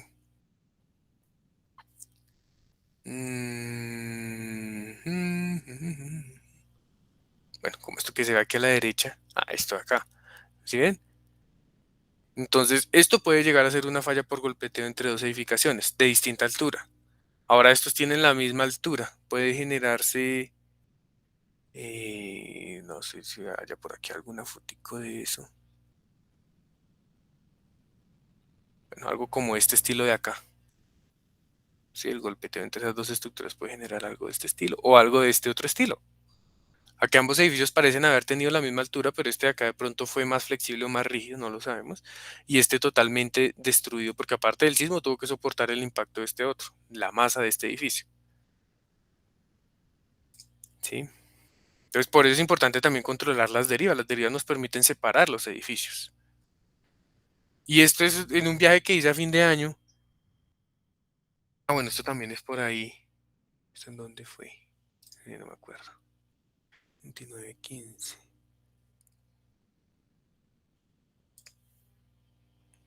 Oiga, no me acuerdo dónde fue esto. Pero vea, por ejemplo, estas fachadas de acá. Todo esto ya están cayéndose. ¿Sí? Y esto es una casa que entre comillas está bien. Usted ve unas cosas. Ya hay un curso que ofrece el IDIGER que es de inspección de edificaciones después de un sismo y muestran unas fotos que a usted le dan escalofríos. Aquí esto sin separación. Muy probablemente cuando llegue el sismo esta casa al ser más rígida va a tumbar estos dos pisos superiores. Aquí con este golpeteo.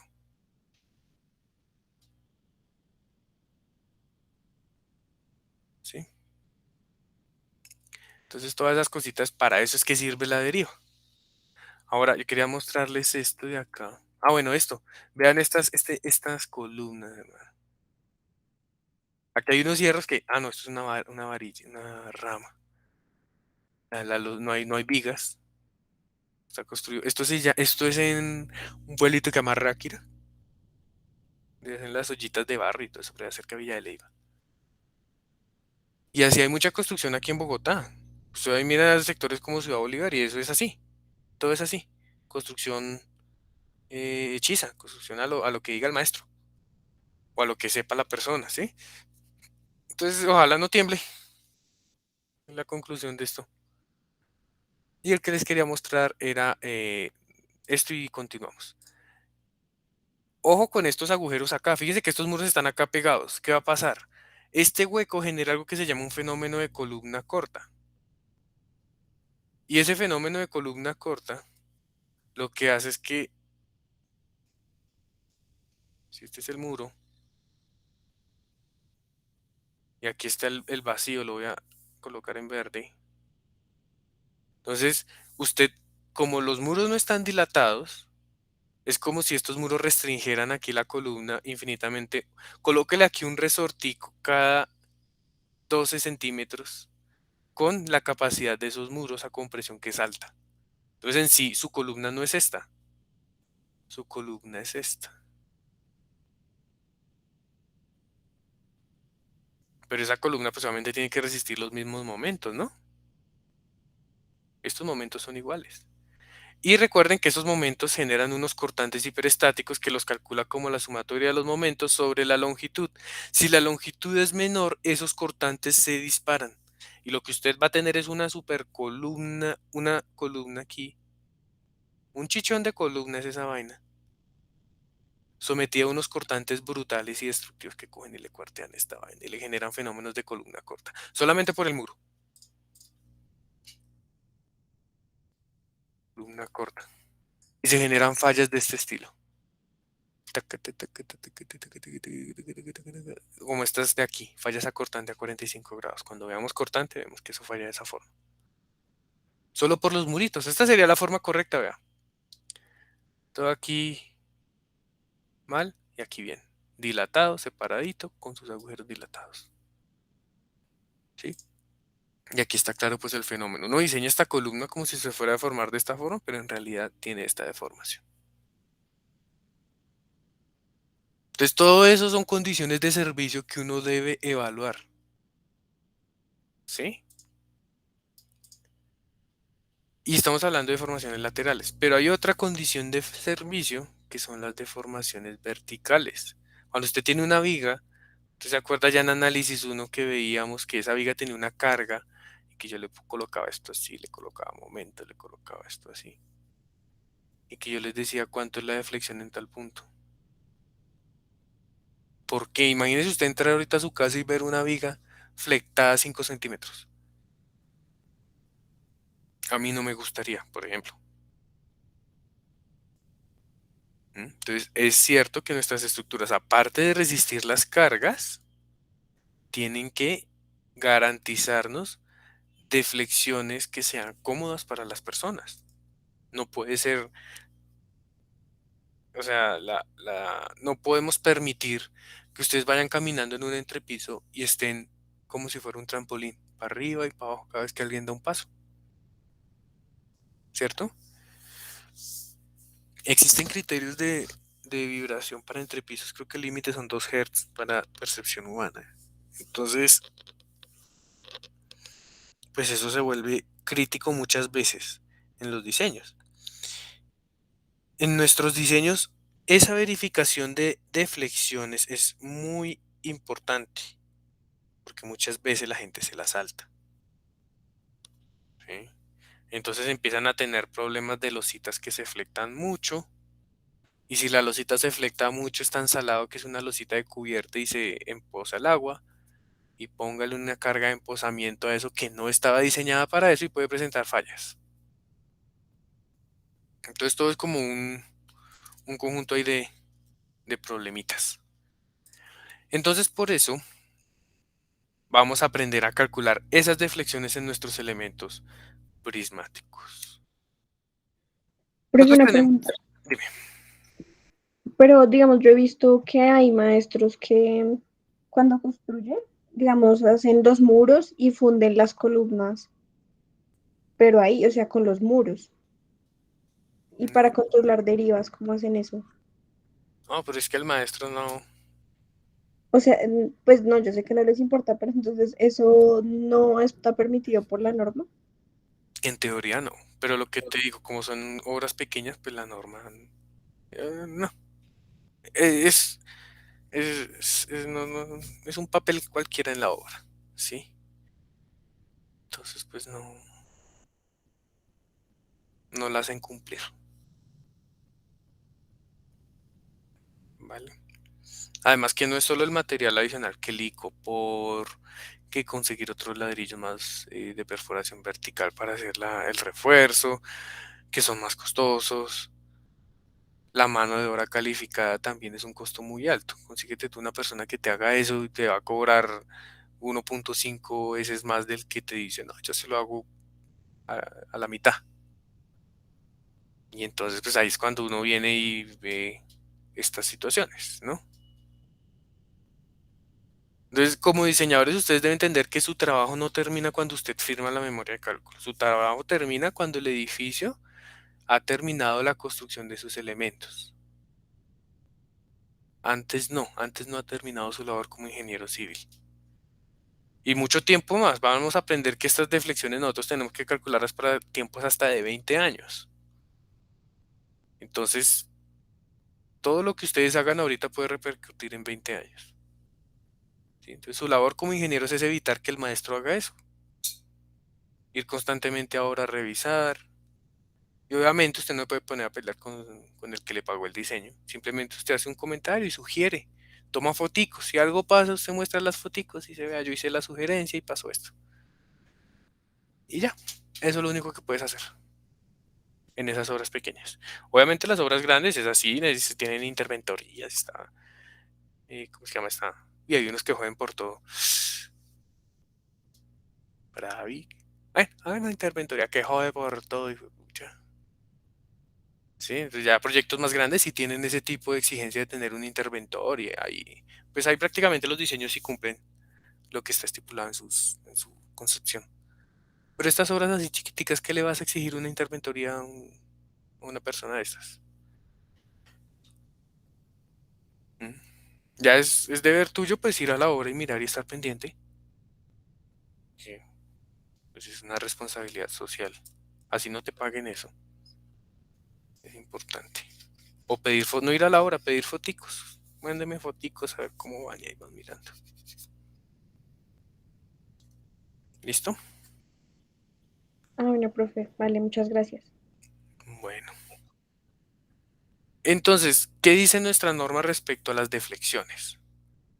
Dice, los elementos sometidos a flexión deben diseñarse para que tengan una rigidez adecuada con el fin de limitar cualquier deflexión que pueda afectar adversamente las condiciones de resistencia y funcionamiento de la estructura. Eso es básicamente lo que pide la norma. ¿Sí? Tenemos distintos tipos de estructuras. Por ejemplo, en este caso, ahorita lo que vamos a analizar son vigas. Solamente vigas o losas, por ejemplo. Entonces, aquí vemos distintas condiciones de apoyo. Esas formulitas de deflexión, supongo que ya todos las identificaron, todos se acuerdan cómo se obtienen, todos se acuerdan de su clase de viga conjugada, porque así es como se obtienen esas deflexiones. Entonces, por ejemplo, si la viga es simplemente apoyada, la deflexión máxima pues va a estar en el centro de la luz y tiene un valor de 5 WL a la 4 sobre 384 EI. ¿Sí? Eh,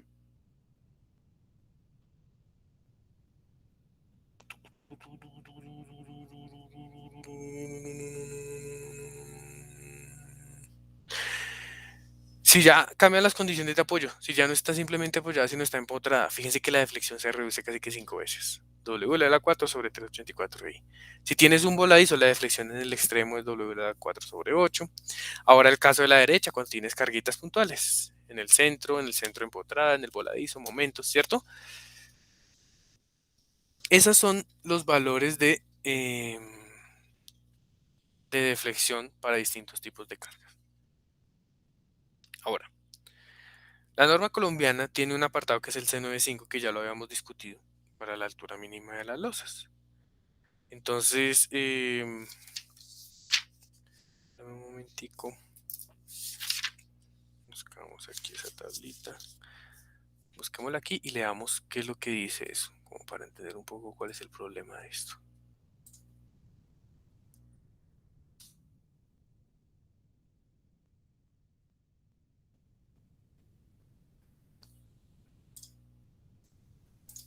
Entonces, ¿esto dónde es? F, no.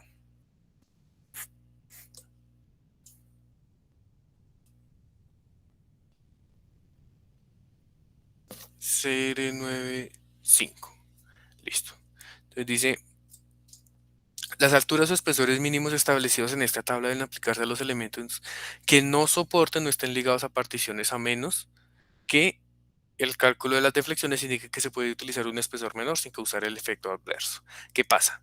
Estos espesores, ¿sí?, son mínimos para estos elementos. Si ustedes garantizan que sus elementos tienen esos espesores mínimos, en teoría no deberían calcular deflexiones, siempre y cuando no tengan elementos frágiles encima. ¿Mm? Por otro lado está la CR95, que es un poquito más exigente. Entonces dice, la tabla C95 es solamente apropiada cuando se utilizan particiones livianas. Cuando se utilizan particiones y muros divisorios de mampostería, se recomienda usar esta CR. La tabla CR95 se determinó para impedir que se supere la deflexión que causaría una fisura diagonal en un muro de mampostería de bloque de arcilla de perforación horizontal, frecuentemente empleado en el país en edificio de apartamentos y oficinas. La altura y espesor mínimo se calcularon para una deflexión vertical entre los extremos del muro y su apoyo de 0.2% de la longitud del muro. Cosas importantes. Esto aplica, primero, mampostería reforzada con perforación de bloque horizontal. Entonces, estos que veíamos aquí no son mampostería reforzada con bloque horizontal, con perforación. Ah, sí, perdón. Con perforación horizontal sí son.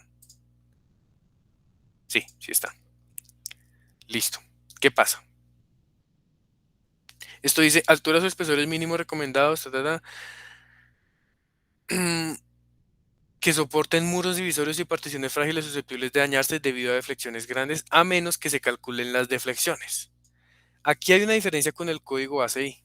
El ACI dice que usted debería calcular deflexiones en todos los elementos, excepto en los que tienen particiones frágiles. Nuestra norma no. Nuestra norma dice, si usted cumple esta tablita, no tiene que calcular deflexiones. El ACI no.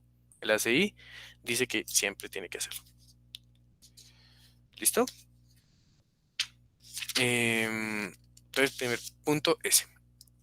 Pero pues nosotros tenemos que aprender la norma colombiana. Entonces, aquí tenemos una tabla C95 para elementos que tienen particiones frágiles y una C9R95 para elementos que tienen particiones frágiles, que soportan particiones frágiles, y este para los que no las soportan. Listo. Entonces, estas deflexiones se tienen que hacer para cargas sin mayorar.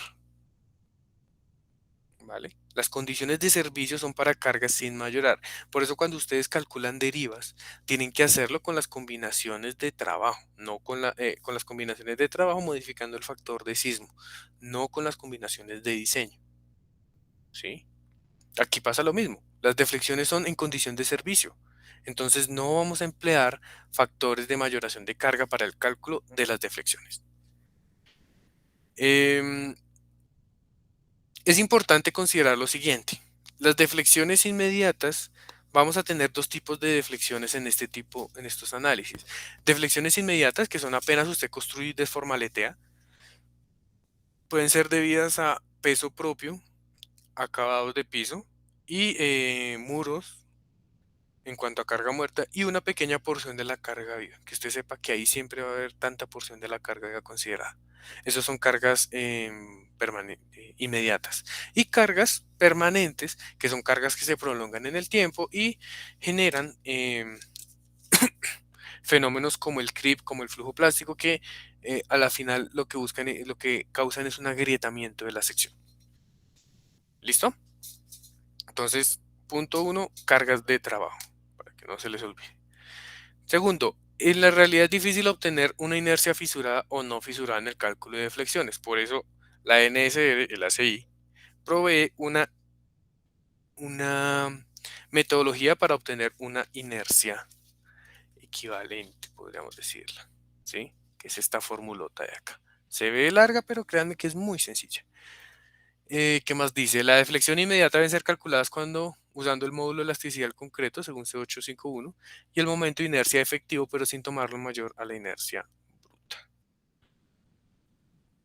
Y aquí es importante conocer este FR. ¿Qué es ese FR? Es el esfuerzo de fisuración del concreto. ¿Sí?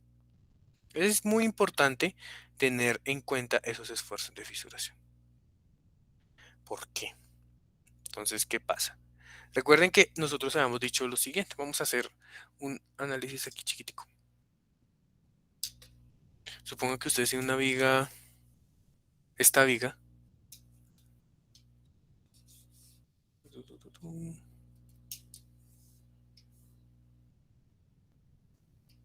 Con una carga puntual.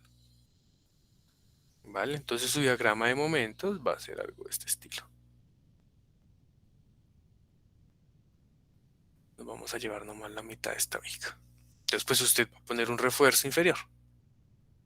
De este estilo. Entonces, voy a dibujar solo la parte izquierda de esa viga.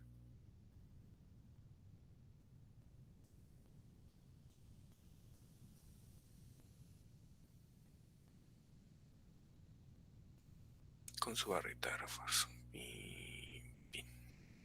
Bueno.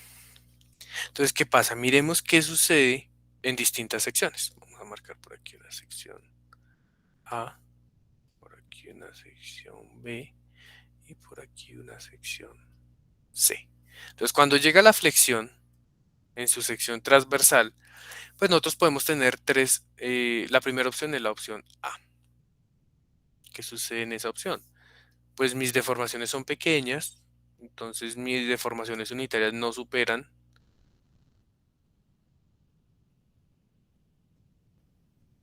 la rotura de tracción del concreto y vamos a tener un sistema compuesto por una zona 1 de concreto a compresión, una zona 2 de un poquito del efecto del concreto a tracción, que aguanta alguito, muy poquito, pero lo aguanta, y un aporte de las barritas de refuerzo, ¿cierto? Eso fue lo que vimos en las primeras clases cuando empezamos a aplicarle carga a nuestra viga.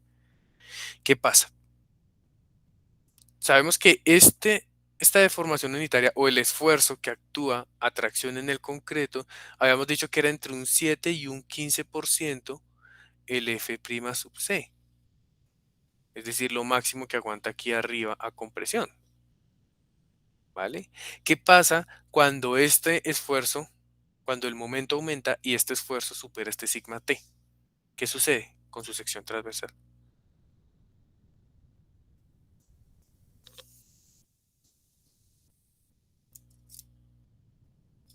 Profe, ¿qué me la puede repetir la pregunta? Si me cortó un... Listo. Este comportamiento en el cual tienes aporte del concreto a tracción se da en estas zonas, donde el momento es bajo. ¿Qué pasa si el momento empieza a aumentar? Pues el esfuerzo límite de esta fibra inferior supera su esfuerzo a tracción, ¿no? ¿Y qué sucede con esta parte de la viga? Bueno, pues esa parte de la viga pues empieza a fisurar. Oiga. Exactamente, correcto. Esa es la respuesta. Entonces empieza una fisurita. A medida que el momento va aumentando, recuerden que hacia el centro de la luz hay mayor momento. La fisurita pues obviamente se va haciendo más grande, ¿no? Listo. ¿Qué pasa en una sección B? al momento de que yo hago un corte en la sección transversal y miro sus deformaciones. Vamos a tener este sistema. ¿Sí o no? Un concreto a compresión y una barra de tracción. ¿Qué determina esta posición? La fisurita. ¿Qué pasa en esta zona C? En esa zona C hay unos fenómenos raros. ¿Sí? Unos fenómenos raritos porque en esta zona entre dos grietas, pues obviamente todavía va a haber una porción de concreto que aporte algo a la tracción, ¿no? Pero ahí se presentan unos fenómenos raros. Listo. Voy a dibujarles ahora la sección transversal de la viga de diseño, que es este rectángulo de acá, y se la voy a dibujar en cada una de esas tres etapas. La primera etapa, la viga está enterita, no hay fisuración. La segunda etapa, la viga tiene fisuración y unas barritas de concreto. Y en la tercera etapa, pues se le adiciona aquí un poquito de este concreto a tracción.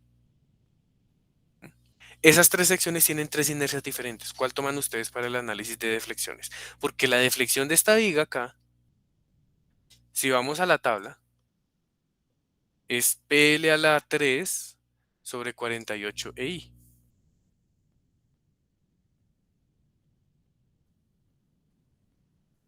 P la conozco, L la conozco, inercia, módulo de elasticidad, inercia no la conozco. ¿Cuál inercia toma? La inercia del punto A es mentira porque aquí en el centro no tiene esa inercia.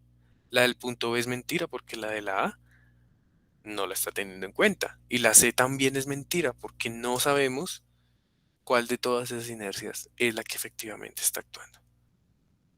¿Sí me entienden por qué pasa eso?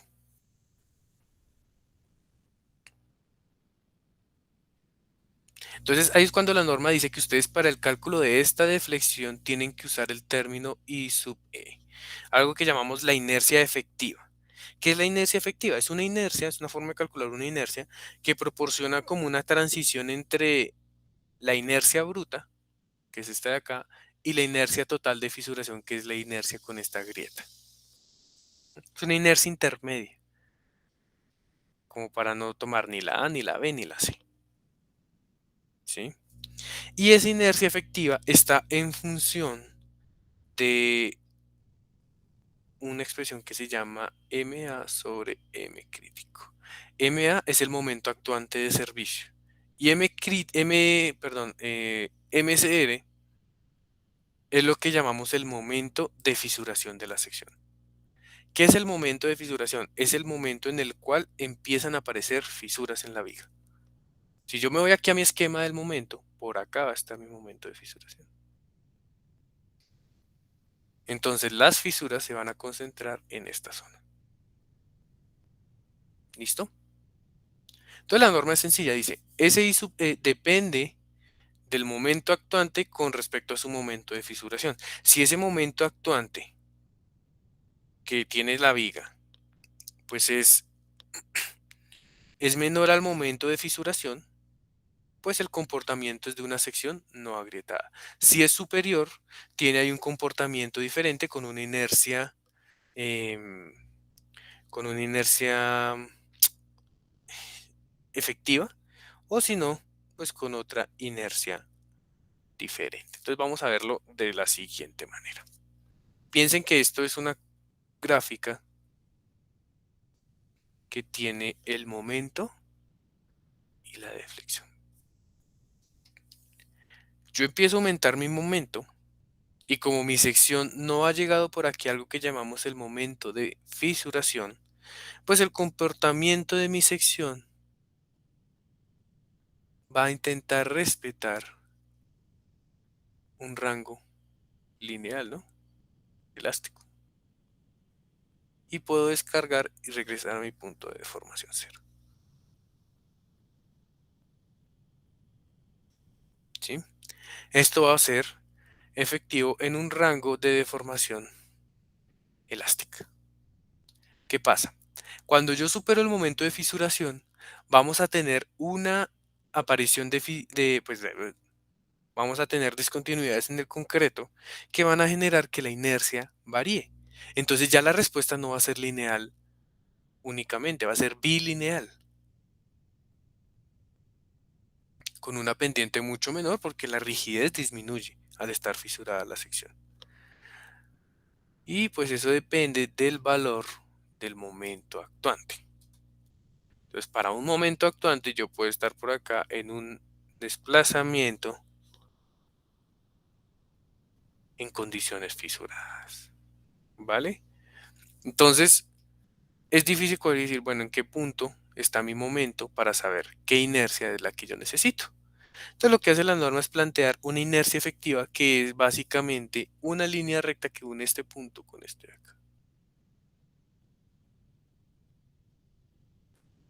¿Sí? Entonces, en rojo tenemos el comportamiento con una inercia bruta, en azul con una inercia totalmente fisurada y en anaranjado con una inercia equivalente para nuestros análisis. ¿Listo? ¿O hay alguna preguntita?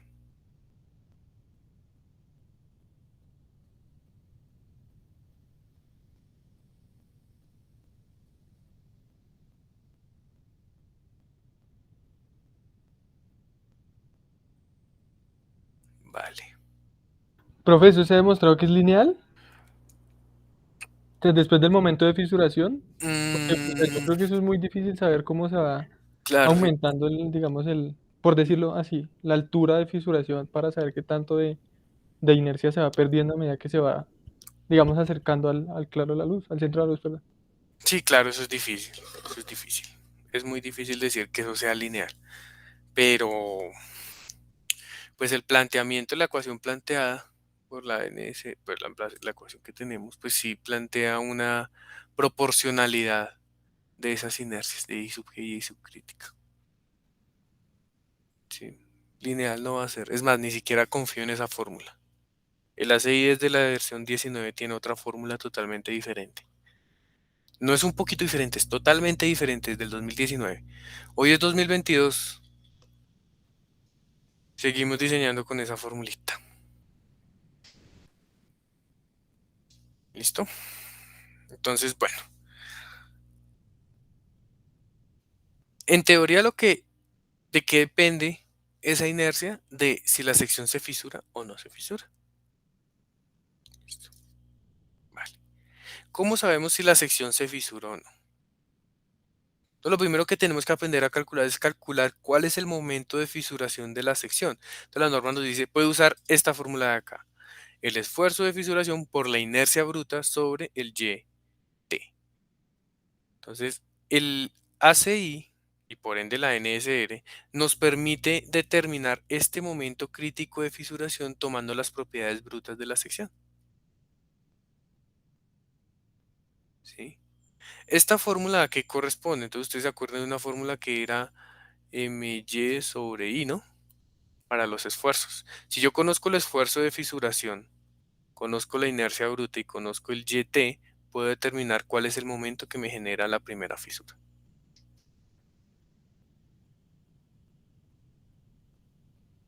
¿Qué es esa ecuación de acá? ¿Alguien recuerda qué es ese Y sub T?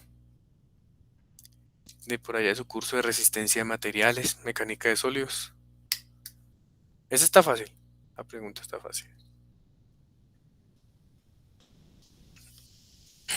Pues esa no era una distancia medida desde el eje neutro hasta al punto de aplicación donde se va a analizar el esfuerzo. Exacto. Ese es el Y. Pero el YT es la distancia que hay entre el eje neutro y el punto sometido a la mayor tracción. ¿Listo? Supongamos que tenemos esta viga. Entonces, es una viga de concreto reforzado. ¿Dónde está el eje neutro?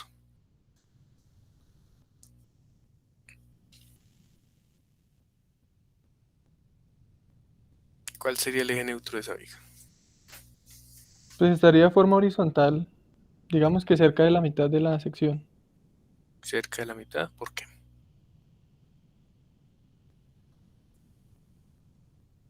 ¿Qué condiciones tengo que cumplir para que la viga tenga su eje neutro en la mitad?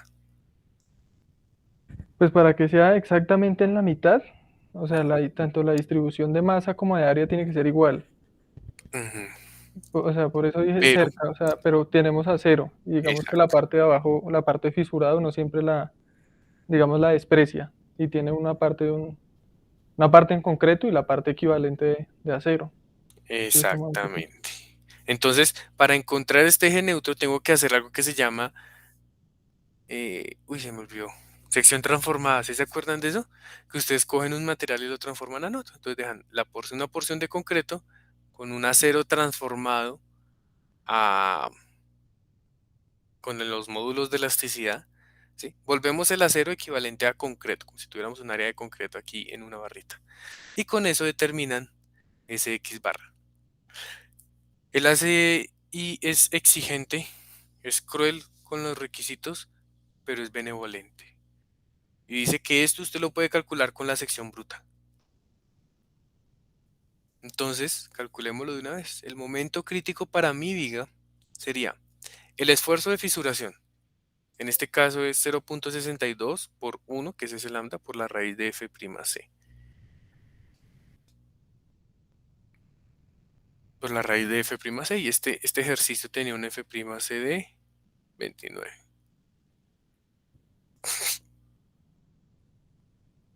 Multiplicado por la inercia bruta de su sección B por H al cubo sobre 12. Entonces, qué pena, me devuelvo por aquí. Punto 3 por punto 5 al cubo sobre 12.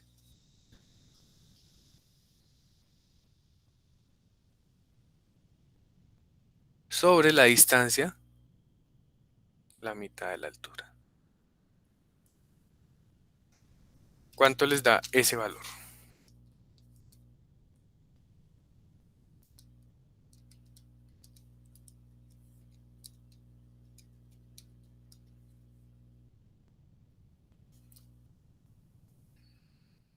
Esto está en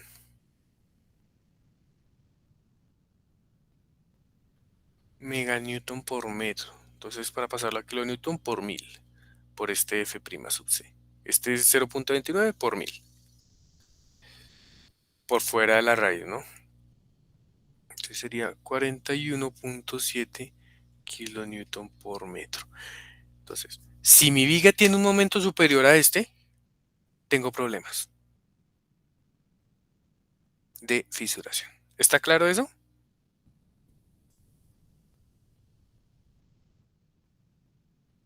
Entonces voy a analizar mi viga por carga muerta y por carga viva por separado. Carga muerta, dijimos que eran 13.6, carga viva 12, sin mayorar. 12. Si mi viga es esta de aquí,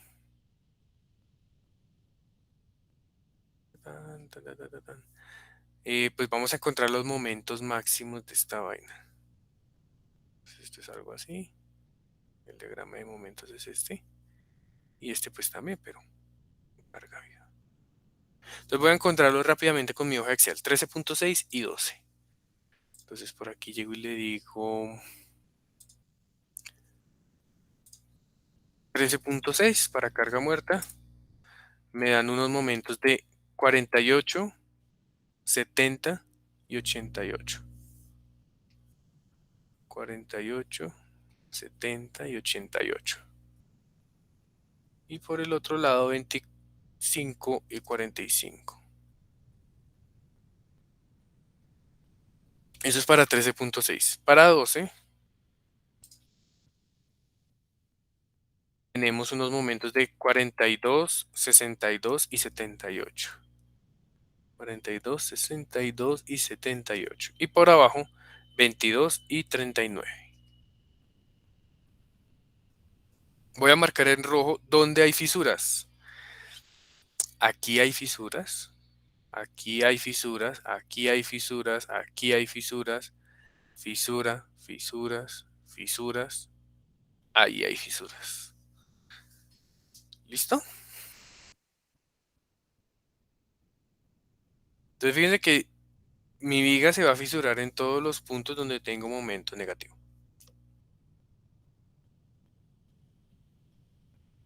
¿Sí?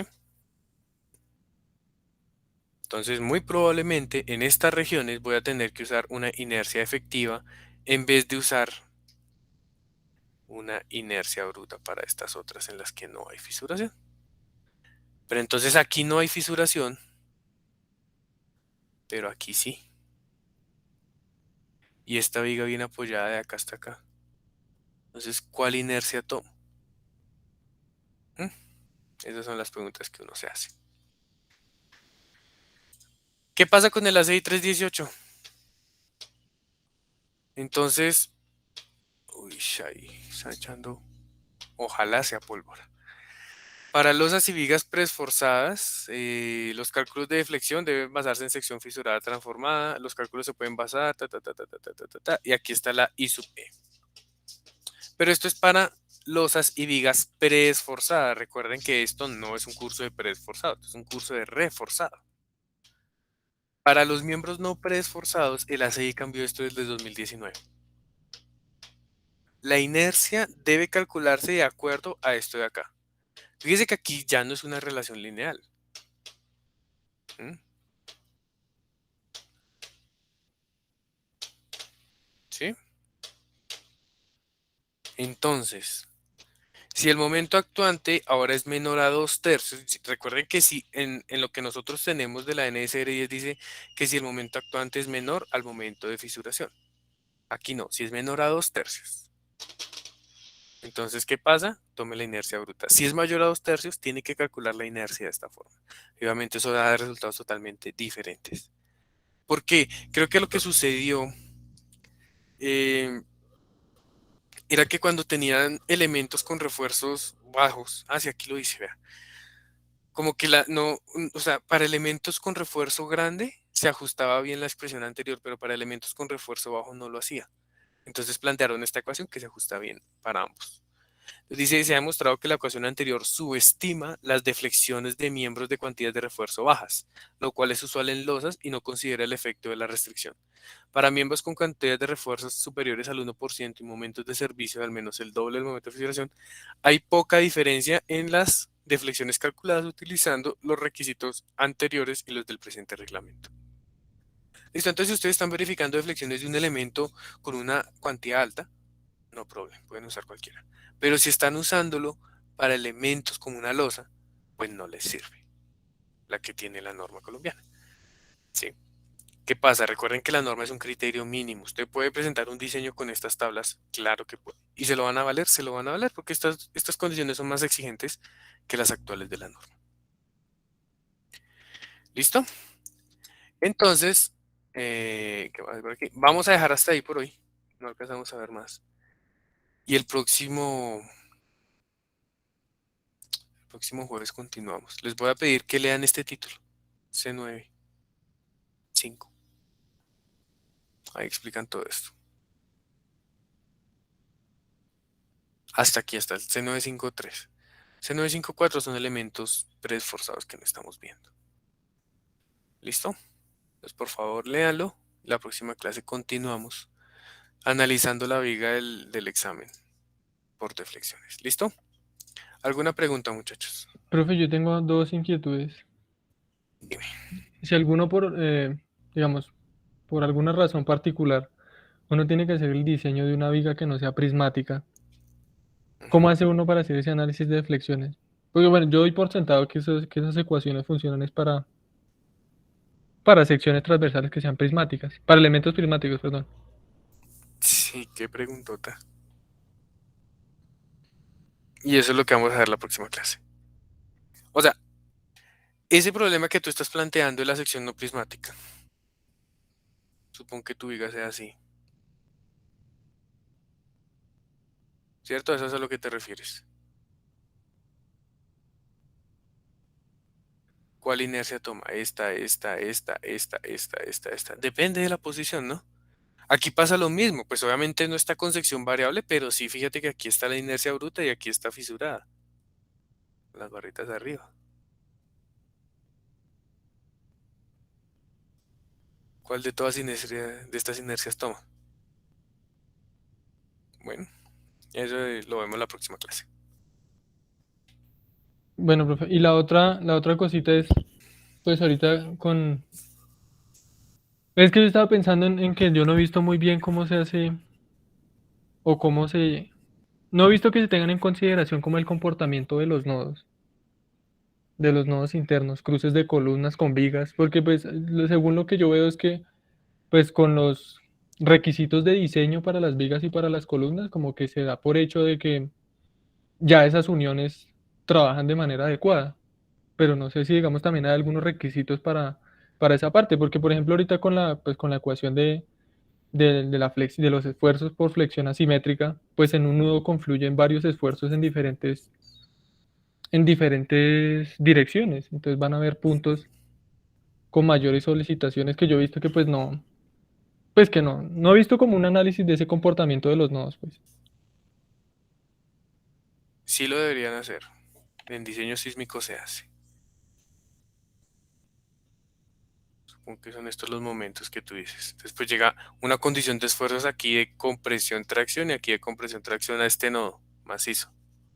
¿Sí o no? Esa es tu pregunta. Y obviamente por las columnas también, ¿no? Entonces, el nodo sí se analiza. Es un elemento rígido que llamamos elemento rígido que no hace parte del alcance del curso, pero está en la norma. Y se analiza mediante el método de Strutt-Antey, creo que se llama. Strutt-Antey o bielas y tirantes. O puntal tensor en España. Y hay unos criterios sísmicos ahí para determinar esa transferencia en ese elemento. Pero pues desafortunadamente no lo alcanzamos a ver acá en el curso. Pero sí hay una parte de la norma sísmica que exige diseño de nodos.